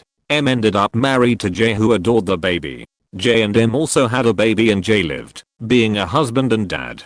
Until the day, Father's Day at that M comes home with her new guy, J knew nothing about, kicked him out of his home, so new guy could move in. Limited his time with two kids, he took care of all their lives. Yup, I should have ground my heels in and told C I forbid him dating her or something like that. I know it wouldn't have stopped events, but maybe I'd feel like I tried, or maybe when he was feeling gat low J would have gone home to us and stopped dying.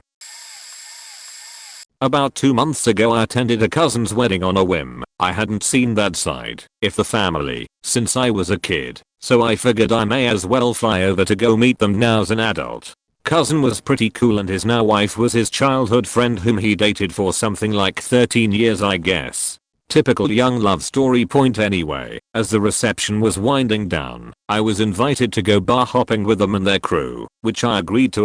We were going in a party bus. My little brother wasn't of legal age, so he was going to split with other friends to their place. As we are discussing the game plan, the bride approaches me, very drunk, and thanks me for attending the wedding. I tell her it was a good time, and that I'm glad I came. She gives me a hug and whispers to me that she's glad I did too, and for being the only one she could talk to tonight. Which I have no idea what she said for, as we only talked generally in a group of people earlier, and she starts getting very suggestive towards me. Wasn't sure how to respond to it, so I said I needed to go to the bathroom and get on the party bus. I've yet still to ask my little brother if he overheard our interaction, since the memory isn't too clear as I had been drinking a hefty amount by this point. We get on the party bus and head downtown. The streets are completely packed with people, and she gets a lot of congratulatory cheers from people all around. The strange thing was that my cousin and his bride didn't even acknowledge one another much at all during our night out. Not sure why this might have been, but I'm guessing one of them might have had a bit too much to drink, and the other wasn't too accepting of it. I dunno. Wedding was nice. I'm not really into that kinda stuff though. I generally think it's a waste of money, and all these traditions are rather self-centered and convoluted. I'm very cynical of relationships to begin with, so I tend to think a wedding in general is a big red flag that a couple won't last, haha. But that's just me.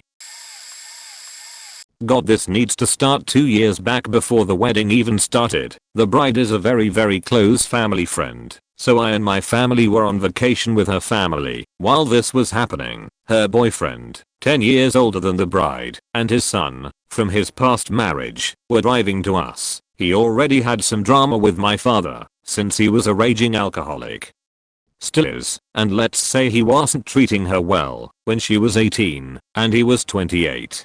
My dad is like a father to her, so he cares a lot for her. Anyway, he finally arrives, and my dad overhears him, and in his words, said no I'm still going. You think I like this kid? Referring to his son. Text me the club and I'll be there in half an hour. Holy shit man, I'm gonna be so plastered. He came back at like 2 AM drunk as shit and covered in glitter. We all knew what happened, and I'm sure the bride did as well, but she just ignored it. Flash forward, they are engaged, him a bridesmaid, and they are throwing a pre-wedding BBQ in a forest. It would have been fun and cute if the groom didn't completely ditch buying the actual grills in favor of getting a bunch of beer. We had a bunch of meat, fruit and veggies sitting in freezers in the blazing summer with no grill, no knives, no plates, no forks, nothing except a lot of beer. The bride's dad needed to rush and get the grills while The groom was already vomiting next to a tree in front of his 8-year-old son. We managed to still have fun, but the gossip was already happening and people started taking bets on how long the marriage would last. A day later the wedding is happening. The vows were fine, not much happened, except the groom being late. Now, if I said everything that happened at that party I'd be here the whole day, so I'll just say some highlights. The bride's best friend pretended to have cold ice on my dad and the groom's family. The bride and groom were fighting badly behind the porta potty. A cook at the wedding started accusing the groom of groping her and telling her to meet him later. A baby was left in the middle of the road by I believe the groom's cousin. Then the bride comes and saves the baby from an incoming car, to which the baby's mother comes out of the car and started punching the bride. Groom was passing out at the bar. Groom was just being handed alcohol by his friends and ended up vomiting on the bride. Groom passed out in the middle of the first dance and ended up swearing at the bride. The groom hates my family, so he was the one who scheduled the wedding on my day, so I needed to cancel everything. The bride was crying after the wedding, and last but not least, it was revealed the groom was hooking up with a 19-year-old in the back of his friend's car. I'm sad to say they are currently together and just had their first kid, but the bride is super depressed and barely talks anymore. A close friend of mine. I never liked his girlfriend. There was just something off about her, like she was a little kid in an adult body, dumb as a rock, and didn't have the looks to be that dull and zero work ethic. She was unfortunate looking to be nice. They dated for 4 months and got engaged, but I never once said I didn't like her cause she never did anything wrong. Our personalities just didn't match up, and she didn't seem right for him, but yeah, know what, she made him happy and that is what mattered. I was always friendly to her, but kinda tried to hang out with him and the guys without her. Now unknown to me, for years he had feelings for me and it never would have led to anything again. Our personalities just didn't align for a relationship. I was just the only female in his life, so he developed feelings for me. So they get married about 1.5 years after the engagement, and she comes from an extremely well-off family. Her father had a $4 million house on the beach. It was lovely, I loved that house. The wedding day, she is in a $10,000 wedding dress, with an easily $100,000 wedding. Incredible venue, a 6-tier cake with 250 guests. I would say it was the nicest wedding I have ever been to, and had so much fun. In her wedding dress she is accusing her now husband of still having feelings for me. When he told me I felt so bad for him, and it didn't surprise me in the least. They were married 5 years, and he is now engaged to a wonderful girl who suits him perfectly, and expecting a son. Well, I ran into the ex-wife, and made sure to tell her how happy my friend is. I'm very conflicted about this, because I actually hate my brother. So I'm not sure if I'm hoping for divorce or a long, loveless, and stressful marriage. The happiest day of my life was when I heard that he was adamant about not having children. Praise be to the Lord. But then his wife got pregnant and now I'm an uncle, although I'll probably never actually meet the kid. I hope that kid can escape someday. I attended his wedding back in like 2016, which was the last time we ever spoke. I've been in the same room with him once or twice since then, but we make a concerted effort to avoid each other. We have always hated each other, and tbh I don't even know why I was invited to his wedding, or why I went. Anyway, despite the fact I wouldn't shed a single tear if he died, I promised myself to screw in my Miss America smile for the duration of the event, to be helpful in setting up the reception, to help with cleaning.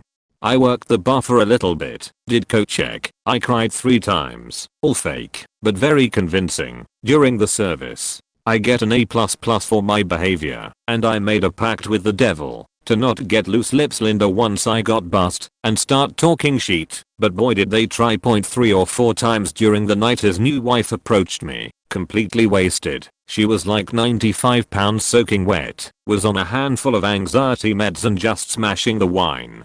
And would start crying and ask me why I don't talk to my brother. I just smiled and shrugged and said I dunno, and asked her if she needed me to help her with anything. Changed the subject super quick. By the end of the night her bridesmaids were fighting over who got to hold her hair while she prayed to the porcelain goddess. There was broken glass and spilled drinks all around the bridal parties section, and my brother and his boys were like just being standoffish and boring.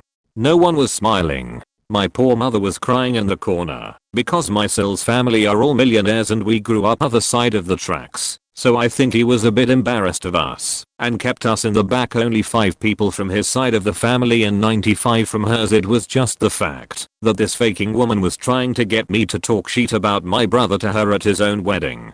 I'd also heard she got caught texting her ex-boyfriends and was seen making out with another dude shortly before they got engaged, which is probably what spurred the rush to the altar. I hate my bro, but there are lines you don't cross, and I would not be held responsible. The wedding sucked. I had a lot of fun, but I'm smelling a divorce in their future any day now. I hear they are both in therapy and counseling, and I mostly just feel bad for their new kid. I was at this wedding for my uncle's in around 2006. I thought it was odd when it was set in this old wooden house and there were professional film cameras there. Anyway, I put that aside. So we went in, and the people in there looked really weird. They had crazy makeup on and some of the women had beards. No discrimination, but in 2006 as a 9-year-old kid, this freaked me out.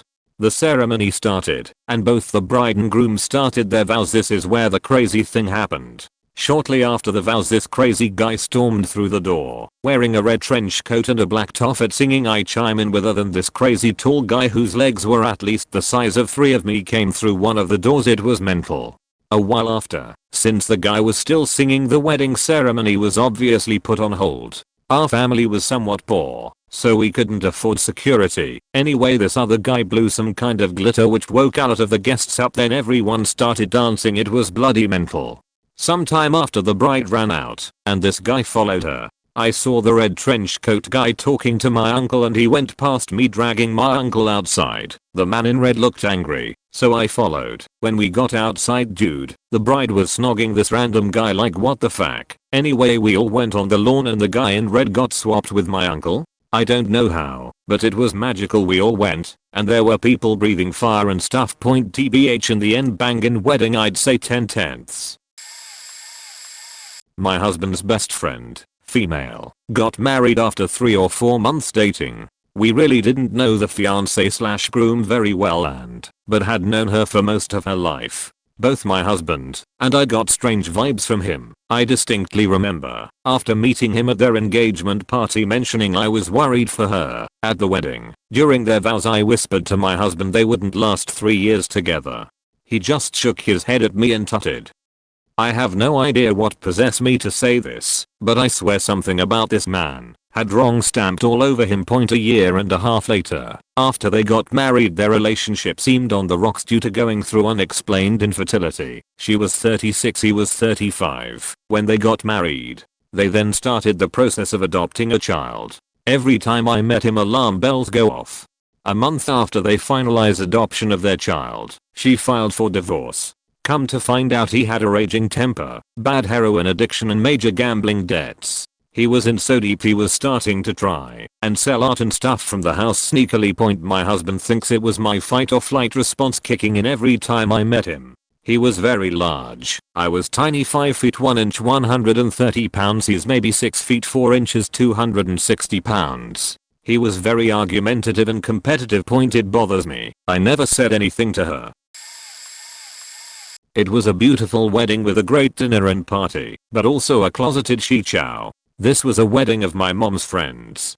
She was from a very rich family, but an extremely nice person. We came into the venue a little bit early. It was sort of a castle near a small town. Things got delayed, and we had nothing to do for 6 hours straight. So me, my sister, and a couple of kids went to explore. I was about 10 to 12. We rode a horse carriage. We played table football. Meanwhile, the guests started arriving. Later on, when I got dressed and went to talk to people, all people were doing was comparing the teeth of the groom and the bride.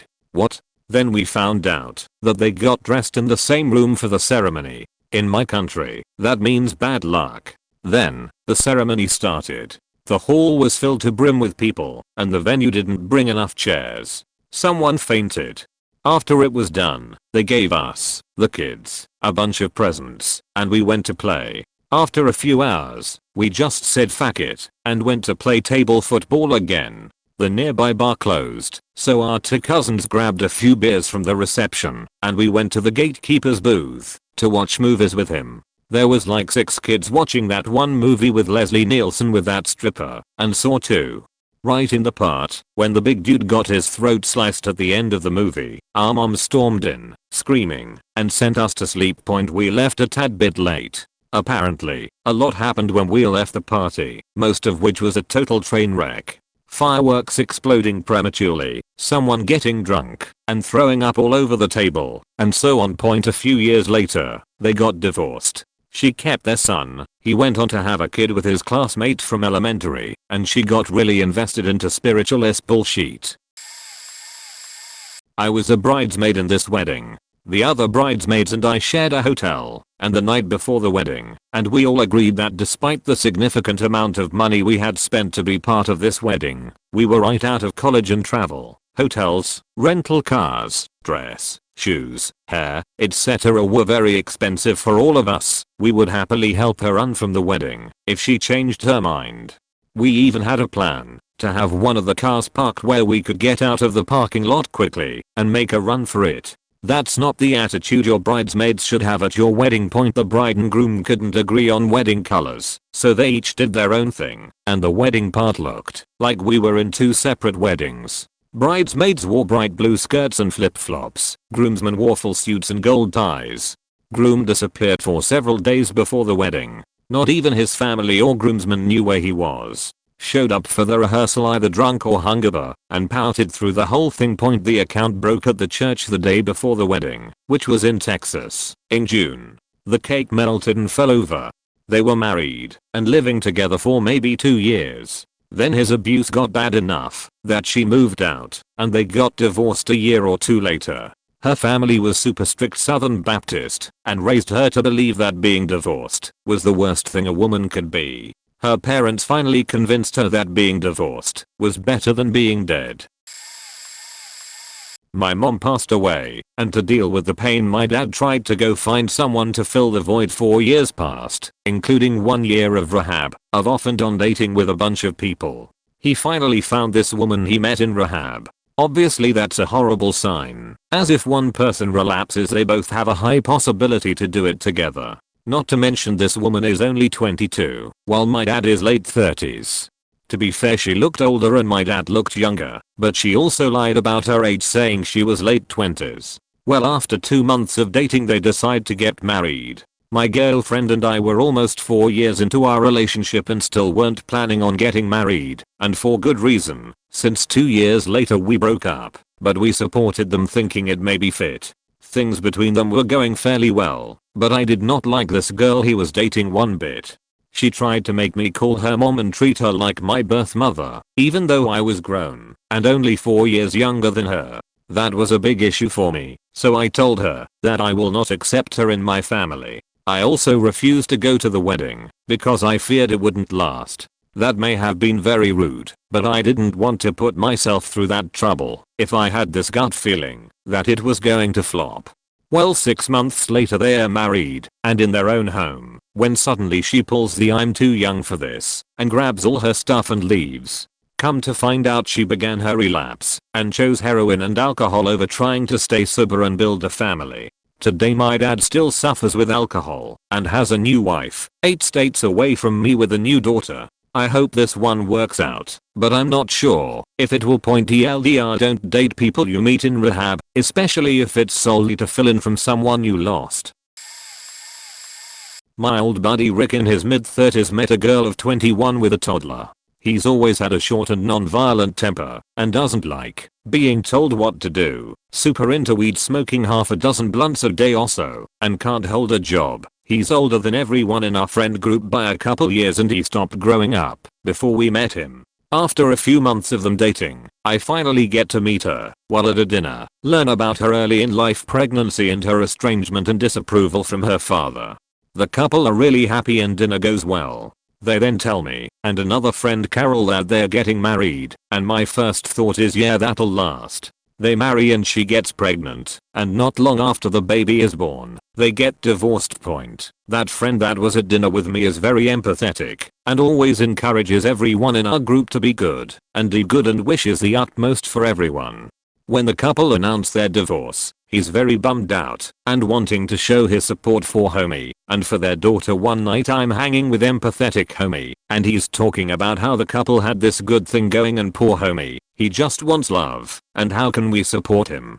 I asked Carol if he seriously thought Rick had a real chance at love and he's thrown off by my question, like how can I feel that way about our friend, why am I not thinking positive? We've both known Rick for years, so I'm thrown off by his lack of awareness and Rick's past dysfunctional relationships with other women and with other friends. I told him my first thought at dinner when we learned of the engagement and he's blown away, poor guy. So when I was in high school I had this friend that started dating this girl from another school. It was around this time that he really started to hate me, like hate me. We didn't get in a fight or anything. Weirdly enough I think every felt like during the election year he heaped a lot of his family's negative opinion of liberal politics on me, the only liberal in small town SC.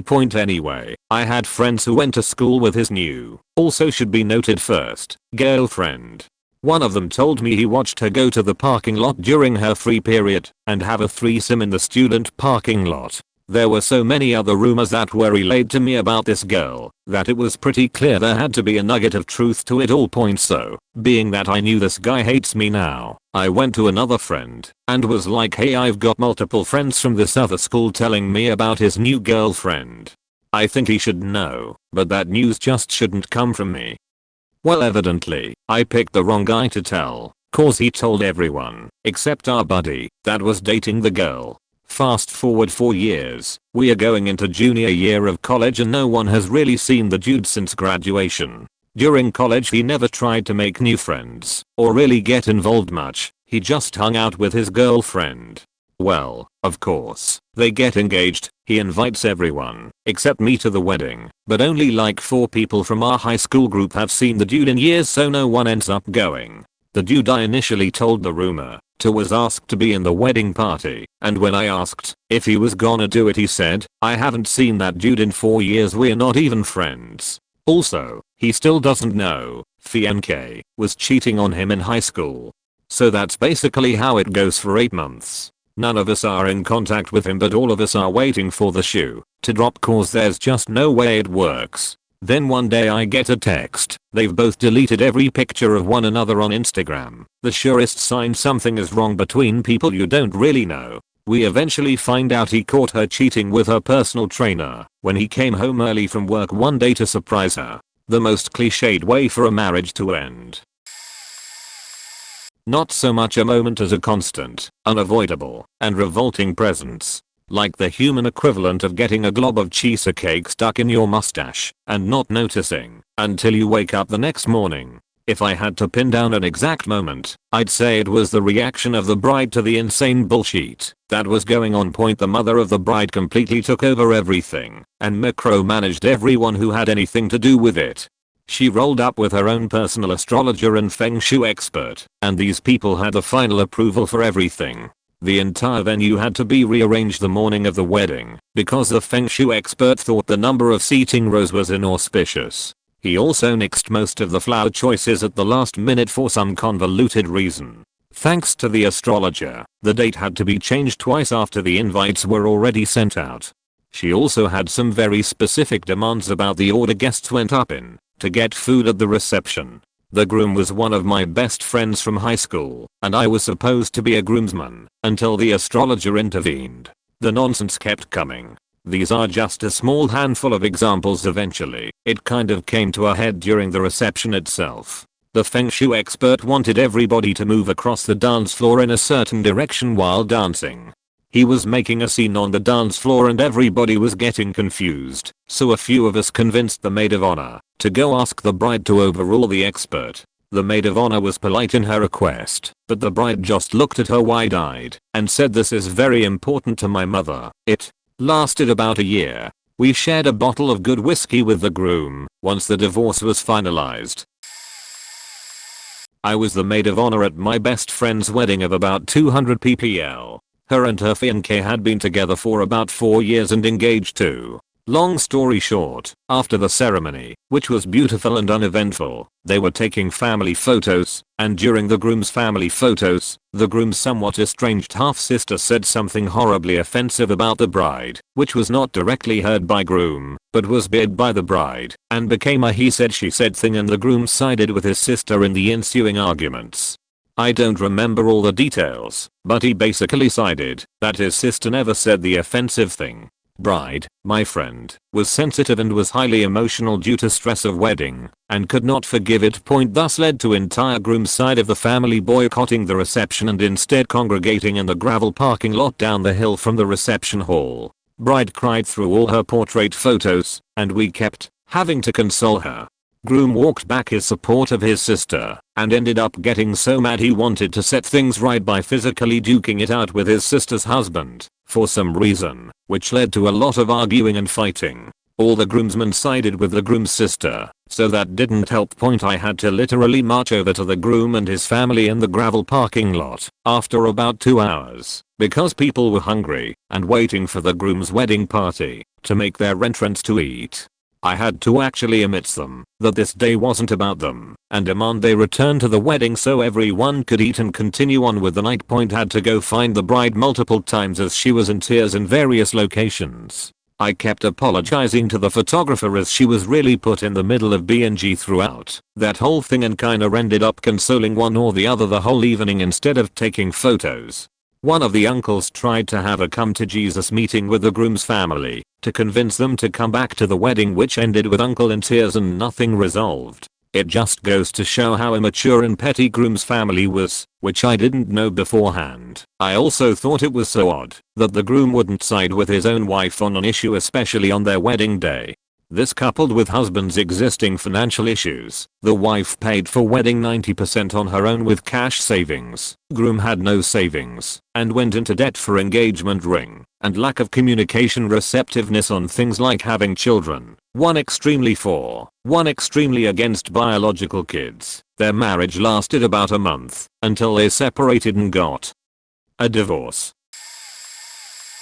My sisters found out the groom was a somewhat functioning heroin addict a few months before the ceremony, a couple stints in rehab, and she still thought it was a good idea to go through with it. We wanted to support her decision, but we all privately thought that should postpone at best. His whole family were, still are, pretty devout Mormons and my family are not, so there was zero mingling. His family sat among themselves quietly the entire time. They barely seemed to talk. My sister has tattoos that the groom didn't care about, but his family would have made a stink about it. They knew, so she wore a lot of makeup to cover them up. Red flag, which worked for a while, but didn't hold up for the entire ceremony. So his mom found out and left crying. Well, turns out heroin is really hard to kick, and he relapsed several times.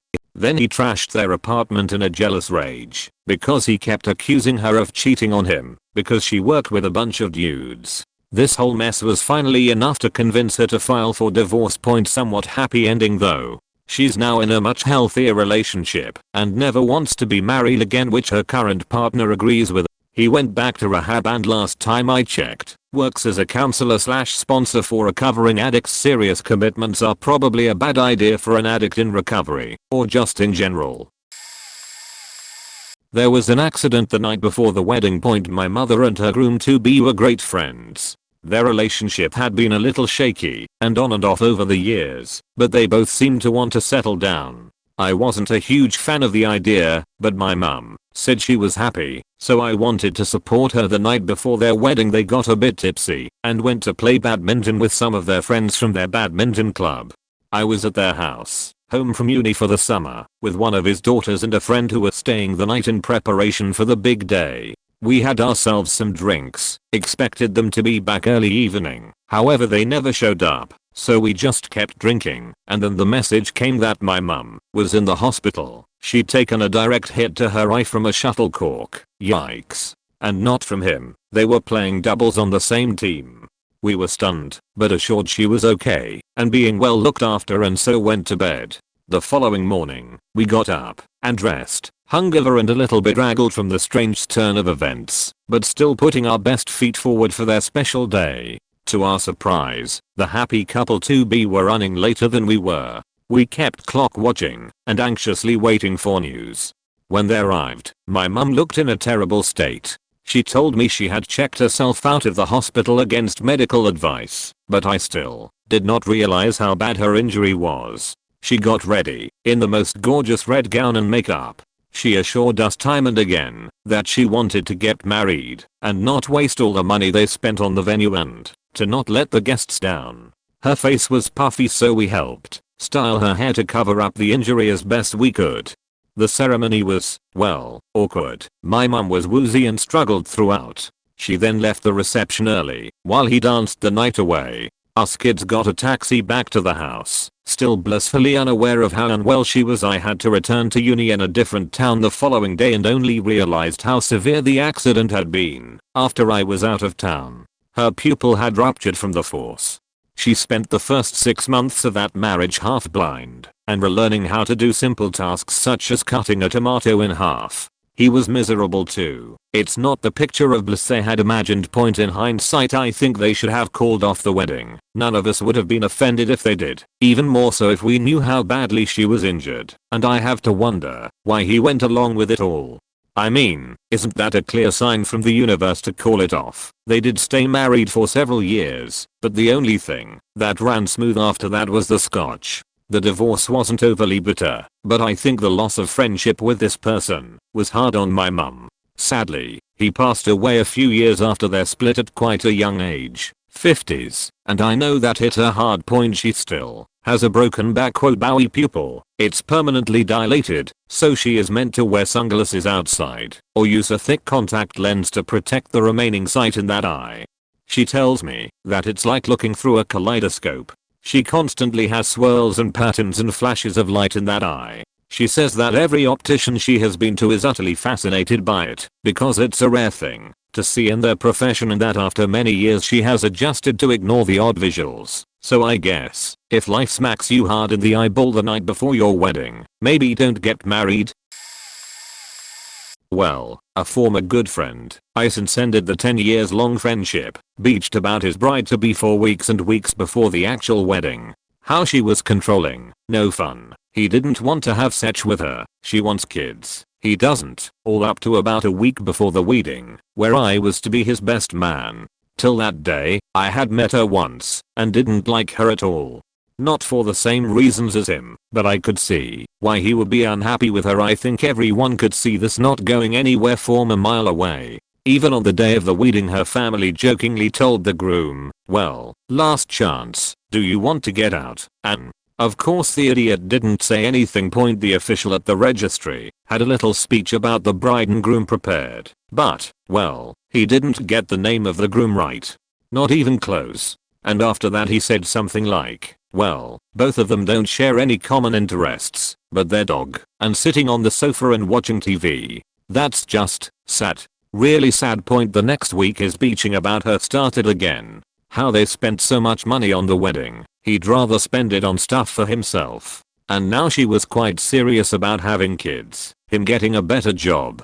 The classics. I ditched their ceremony at the church, which was at a later date. I didn't give them a year. They managed to last almost 3, after she finally got pregnant with kids. After they were born they decided to call it quits, though her family tried talking him into staying. Think about the kids. Dude has already a kid with another woman he doesn't care about. Point, now he's back into debt, living with a co-worker in a way too small apartment, and living his best life. Sure, dude, was nice knowing you. I used to work as a bartender at an open bar catering at weddings at a fancy venue. It cost upwards of $25,000 just to reserve the space. Point, anyway, the groom seemed to be kind of full of himself. He was in his 30s, but he and his groomsmen acted like they were still in college, constantly sneaking drinks from behind the bar and just generally making a cess of themselves. The groom was pretty drunk by the time it came to cut the cake. So the time comes to feed each other cake, and the bride playfully pushed the cake into the groom's face. Nothing unusual about this. It happens every other wedding. The typical response is that the groom playfully shoves his cake in the bride's face, or the really smooth guys just kiss the bride all while covered in cake, thereby giving them both caca face. It's cute. Point, that's not what frat boy over here did. He roughly tries to shove his cake into her mouth, and she dodges it and turns away laughing. As she's kind of jokingly running away, he grabs her by the hair with his cake-covered hand and pulls her backwards. Mind you, this woman's hair was stunning. She obviously paid someone quite a bit of money to make it look the way that it did. In about half a second the mood shifted from lighthearted to laughter to, oh fuck, did he just do that? The groomsmen are falling over themselves laughing, while the bridesmaids and the catering manager rush this poor woman, who had begun crying in the meantime, off to try to fix her hair and calm her down. The groom turned around and kinda shrugged like, what did I do ringed? And laughed it off with his boys. We didn't see the bride again for probably 45 minutes to an hour. The DJ was able to salvage the moment with some quick love shack, but everyone from the guests to the catering staff was thinking the same thing. This ain't gonna last. That was a couple years ago, and it would not shock me in the slightest if they are long divorced. A work colleague of mine asked if I could photograph her friend's wedding, so I figured why not. I met with her friend and her soon-to-be husband at the venue to get some details of what they wanted. The venue was a tropic-themed restaurant/bar/concert venue that had a banquet area in the back for weddings. The couple seemed to be very much in love and were joking, laughing, all that good stuff. It's also worth noting at this point that my colleague's friend was 49 at the time, never been married, and with no kids. Her fiancé was in his early 50s, had 2 kids, and this was going to be his 3rd marriage. He was a doctor and very well off. But hey, who am I to judge? Anyways, the wedding day comes around, and I'm at the park waiting for them to take some couple/family shots before the ceremony kicked off. They arrived 20 minutes late, the groom in a shitty mood because the bride ran late getting ready. He was also annoyed his preteen sons couldn't properly situate their neckties, so he yanked them both aside once they were out of the car to yell at them and tie their ties. I figured, hey, I get it, nerves, late timing, it's all good. Fast forward to the reception. My work friend, that initially recommended me to her friend, came up to me, drunk as all hell. To paraphrase, she told me how none of her friends liked the groom, this was his 3rd marriage and it probably wouldn't last. They tried telling the bride, but she refused to listen to reason. I was kind of taken aback by that, but not too surprised given the events earlier in the day. I'm not sure if they are still married, but I think I'll ask my colleague the next time I see her. Had someone I knew planned their wedding for the same day as ours. A good friend to both parties ended up being their wedding planner. Figured out everything herself, but gave that bride some kind of reason as to why she couldn't make it to their wedding. Maybe because she knew me and my wife for a longer period of time. Told us in private that she was going to ours instead because there was no way that other one was going to work out. Red flags everywhere. Sure enough, they were definitely divorced within the year. Oh, forgot about the one I actually kind of had a part in. Had a one-night stand, which was the first and only time for me. Boy, was that a mistake, and the girl let me know afterwards that she wanted it to be more than just that. Wasn't a fan of the idea. Tried to make that clear, finally did so, and then found out that she was currently just on a break from her fiancé in the military, and they were getting back together soon. Okay, cool. I feel less bad about trying to ghost you. She also tried to come over to my apartment so she could bitch about her fiancé, wanted to do a double date with me and my girlfriend. My girlfriend was way too excited about this possibility since she knew how bizarre the whole thing was, and then invited me to drink with her in the hot tub alone. This was all after the fiancé reveal. I was also good friends with one of the girls who would be fiancé chick's bridesmaid. The day of the wedding, bridesmaid catches fiancé chick blowing her boyfriend. So wedding got cancelled at this point for the 2nd time. Bridesmaid told me much later on that fiancé chick still ended up marrying her guy, who took her back after multiple known times of cheating on him.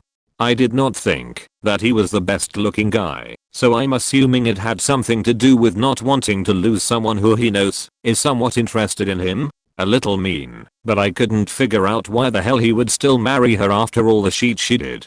Last I saw, they were no longer together, and she was married to someone who looked like they were a good 20 to 25 years older than me. Holy crap, I do not miss that kind of drama. Edit, added a story, and fixed some details.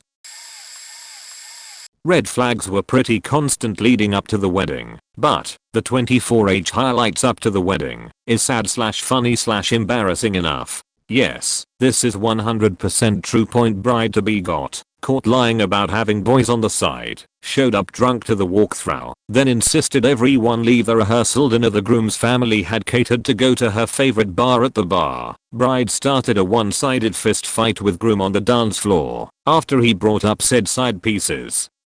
Then hopped in a truck and left with 3 guys nobody knew. Her mother got caught with a guy in the parking lot, so her dad left in embarrassment. Mom opted to get a ride home from parking lot guy, leaving the groom and his family with the tab. Day if everyone shows up on time except for the bride, her parents, one of her bridesmaids and the husband of another bridesmaid who said he was crashing with the groom. Not true. Bride was dropped off by the same truck she left with a few hours past the scheduled start time in street clothes reeking of alcohol, clove cigars and fat people sech. Hopped into her dress and acted like nothing was wrong. Missing bridesmaid and husband of other bridesmaid skipped town together overnight. Mother of bride kicked her husband out of the house, eventually married, then divorced parking lot guy within a few months. Bride and groom went through with the wedding.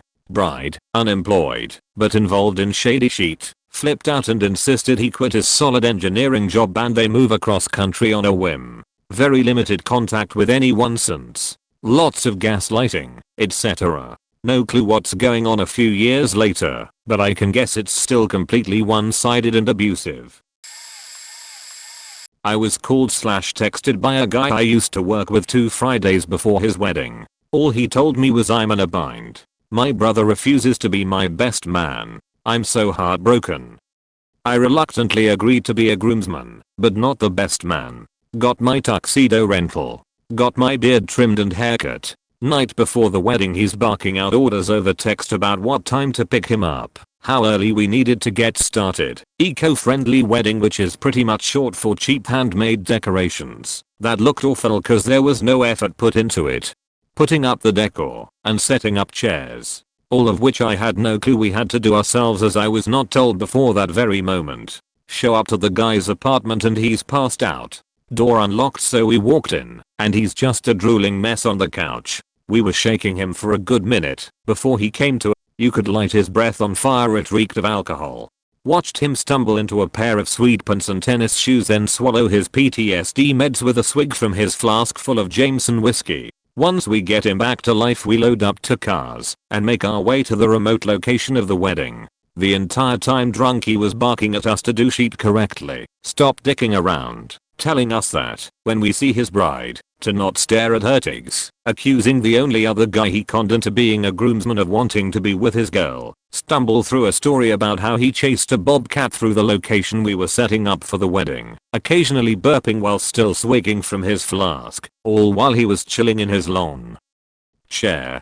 Getting more drunk by the second. At that point I was no longer doing it for him. I felt bad for his soon-to-be wife. When she arrived she praised the 3 of us with how well we decorated, and he of course had to mention how he directed us knuckle facts to do shit properly cause we can't do anything right. The other groomsman and I got a rude faking talking to by the bride's father about letting him drunk before the wedding.